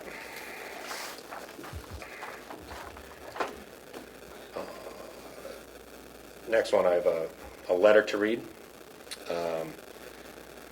Dear Commissioners, please accept this letter as my formal notification that I'm resigning from my position as Carroll County Superintendent. My last day will be August 31st, 2020. Thank you so much for the opportunity to work for the county for almost 7 years. I've greatly enjoyed and appreciate the opportunities I've had. In my time here, I was able to start an in-house treatment program, brought in grants and revenue that the county had never received before. Working with the commissioners and delegation, we were able to negotiate 3 contracts that helped to stabilize the staffing at the jail. I'll miss many people around the complex and the community. Carroll County is a beautiful area with excellent, hardworking individuals. I'll do everything possible to wrap up my duties and train other staff members over the next weeks. Please let me know if there's anything else I can do to help during this transition. I will still be available to help the county and new superintendent after I depart. I will be working in the state in the capacity as superintendent of Rockingham County. I wish Carroll County continued success, and I hope to stay in touch in the future. I'm paralleling the superintendent from September to December down there. They have made it clear that whatever help the new superintendent here needs, they'll be very flexible during that time for me to come and help. It is going to be budget season. It is going to be, we're in an audit right now for our grant. A good opportunity to win a PREA grant. You have a big project being done with the cameras, the doors, intercom system, matrix. That is also a big project that's being done. So roof, that's all Bob. That's all Bob. And, you know, obviously I will be happy to help in that capacity and come up and help the new person. We're a small state and we want them to succeed as a superintendent, and especially an affiliate and throughout the state. So I put that out there to you guys. My staff knows that I'm going. And I'm making it, and we've talked before, I guess, you know, I let you guys know tentatively, but today I've made it formally for you. David? Thank you. Jason, I wish you the very best of luck. You've certainly been an asset here. Sorry to see you go. Hope you do me one last favor and fill out an exit interview before you go and return it. I will. And I also saw your new boss the other night and asked him if there was anybody else we could train and help them out down there so they could steal them. And we talked about potential replacements and other things. And I just wish you good luck. I think you've done a tremendous job here. Thank you. I miss working with you. You've past 7 years I've been there since day one, so won't be any emotional stuff today because I'm still here for another month or so. So listen, so I'm not going to go there today. So we just need more cake. There's Jason and Joe, and now we need more cake. More cake? I don't need more cake. Yeah, Me neither, his body's built by kids. Oh, goodness gracious. I hope it all works out well with you. As I told you, when you got more education and you got the degree, that you were moving upward and onward. So, good luck. Thank you. Good luck. I can only say what the other two have said. I haven't been here that long, but we've had our disagreements, but It's fine. that's fine. Oh, he's a worthy opponent. A worthy opponent. It's been fine. I'm sorry to see you go. I will miss Carroll County. One of the things why I'm also giving you this amount of time, I worked out with Rock, is the hope to, and I'm sure Chris is going to talk to you about maybe getting this out there, so you might have the opportunity to get somebody on that I might be able to train, at least for a little bit. And then again, I said, I live down the road, and I've already said if I need to come here, I'll come here for a day, I'll come here for 2 days. They'll let me do what I need to do to help that person be successful. But if you're able to get them on for a short duration of time, that's what, I'm hoping. That's my hope, at least. Are you still going to stay active with the Association of Counties? Are you going to be able to do that also? Yes, and from what I understand, the superintendent of Belknap also is retiring, and Hillsborough retired. Superintendent of Belknap is the affiliate president for superintendents on the vice, that I will be the president again, and I will do that duty, and the superintendent Church will remain in his duty as the chair of the certification board. And then we're going to try to find some certification board, and I probably will stay as the president of that affiliate, and I will still stay with the Association of Counties, as long as the superintendents, as long as the commissioners want me to. So. Good. That's good. All right. You have other things for us today? Non-public. I have some hiring and staff updates. Is there anything else for us for the agenda? No. We're all set? Yeah, non-public, yeah. Okay, David, want to read us into non-public? So I can help you with that. I have a list. I don't have anything to read. It looks daunting, but there's 5 sessions, but hopefully 4 of them will be about 5 minutes long, so. It just looks scary. So 1, 3, and 5 Oh. are C, 2 is B, and 4 is A. Okay, Okay?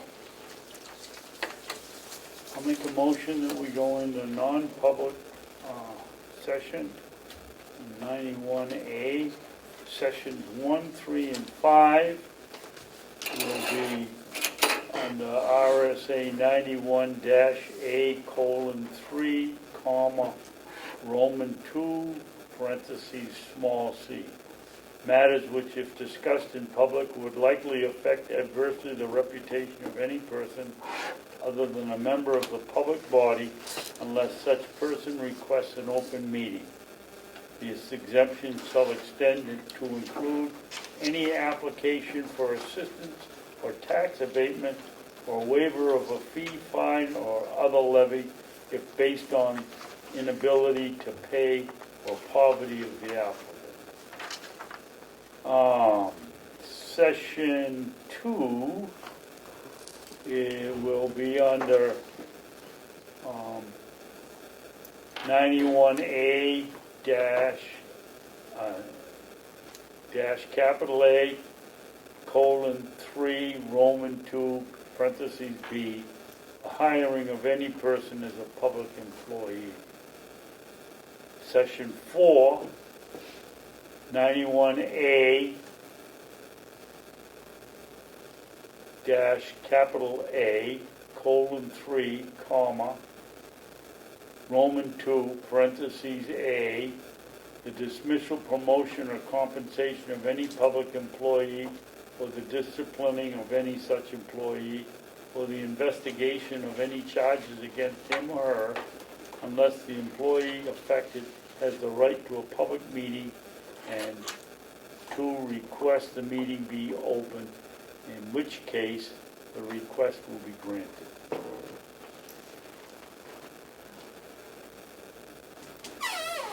So, That's it. Isn't that fun? I'll second that. Roll call, please. Commissioner Babson? Yes. Commissioner Bieber? Yes. Commissioner McCarthy? Yes. Thank you. So there's some notes. John. Oh, I already signed this one. Okay, I make a motion that we seal minutes from sessions 1, 2, 3, 4, and 5, I believe. And 2, we've hired 2 new people at the jail.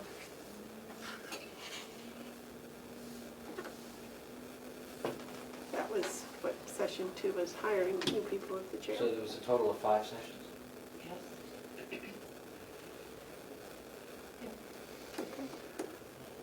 Anything else, any other information you need to discuss, bring up, or touch? You just need to vote on that motion to seal. Oh, Yeah. roll call, please. Commissioner Bieber? Yes. Commissioner McCarthy? Yes.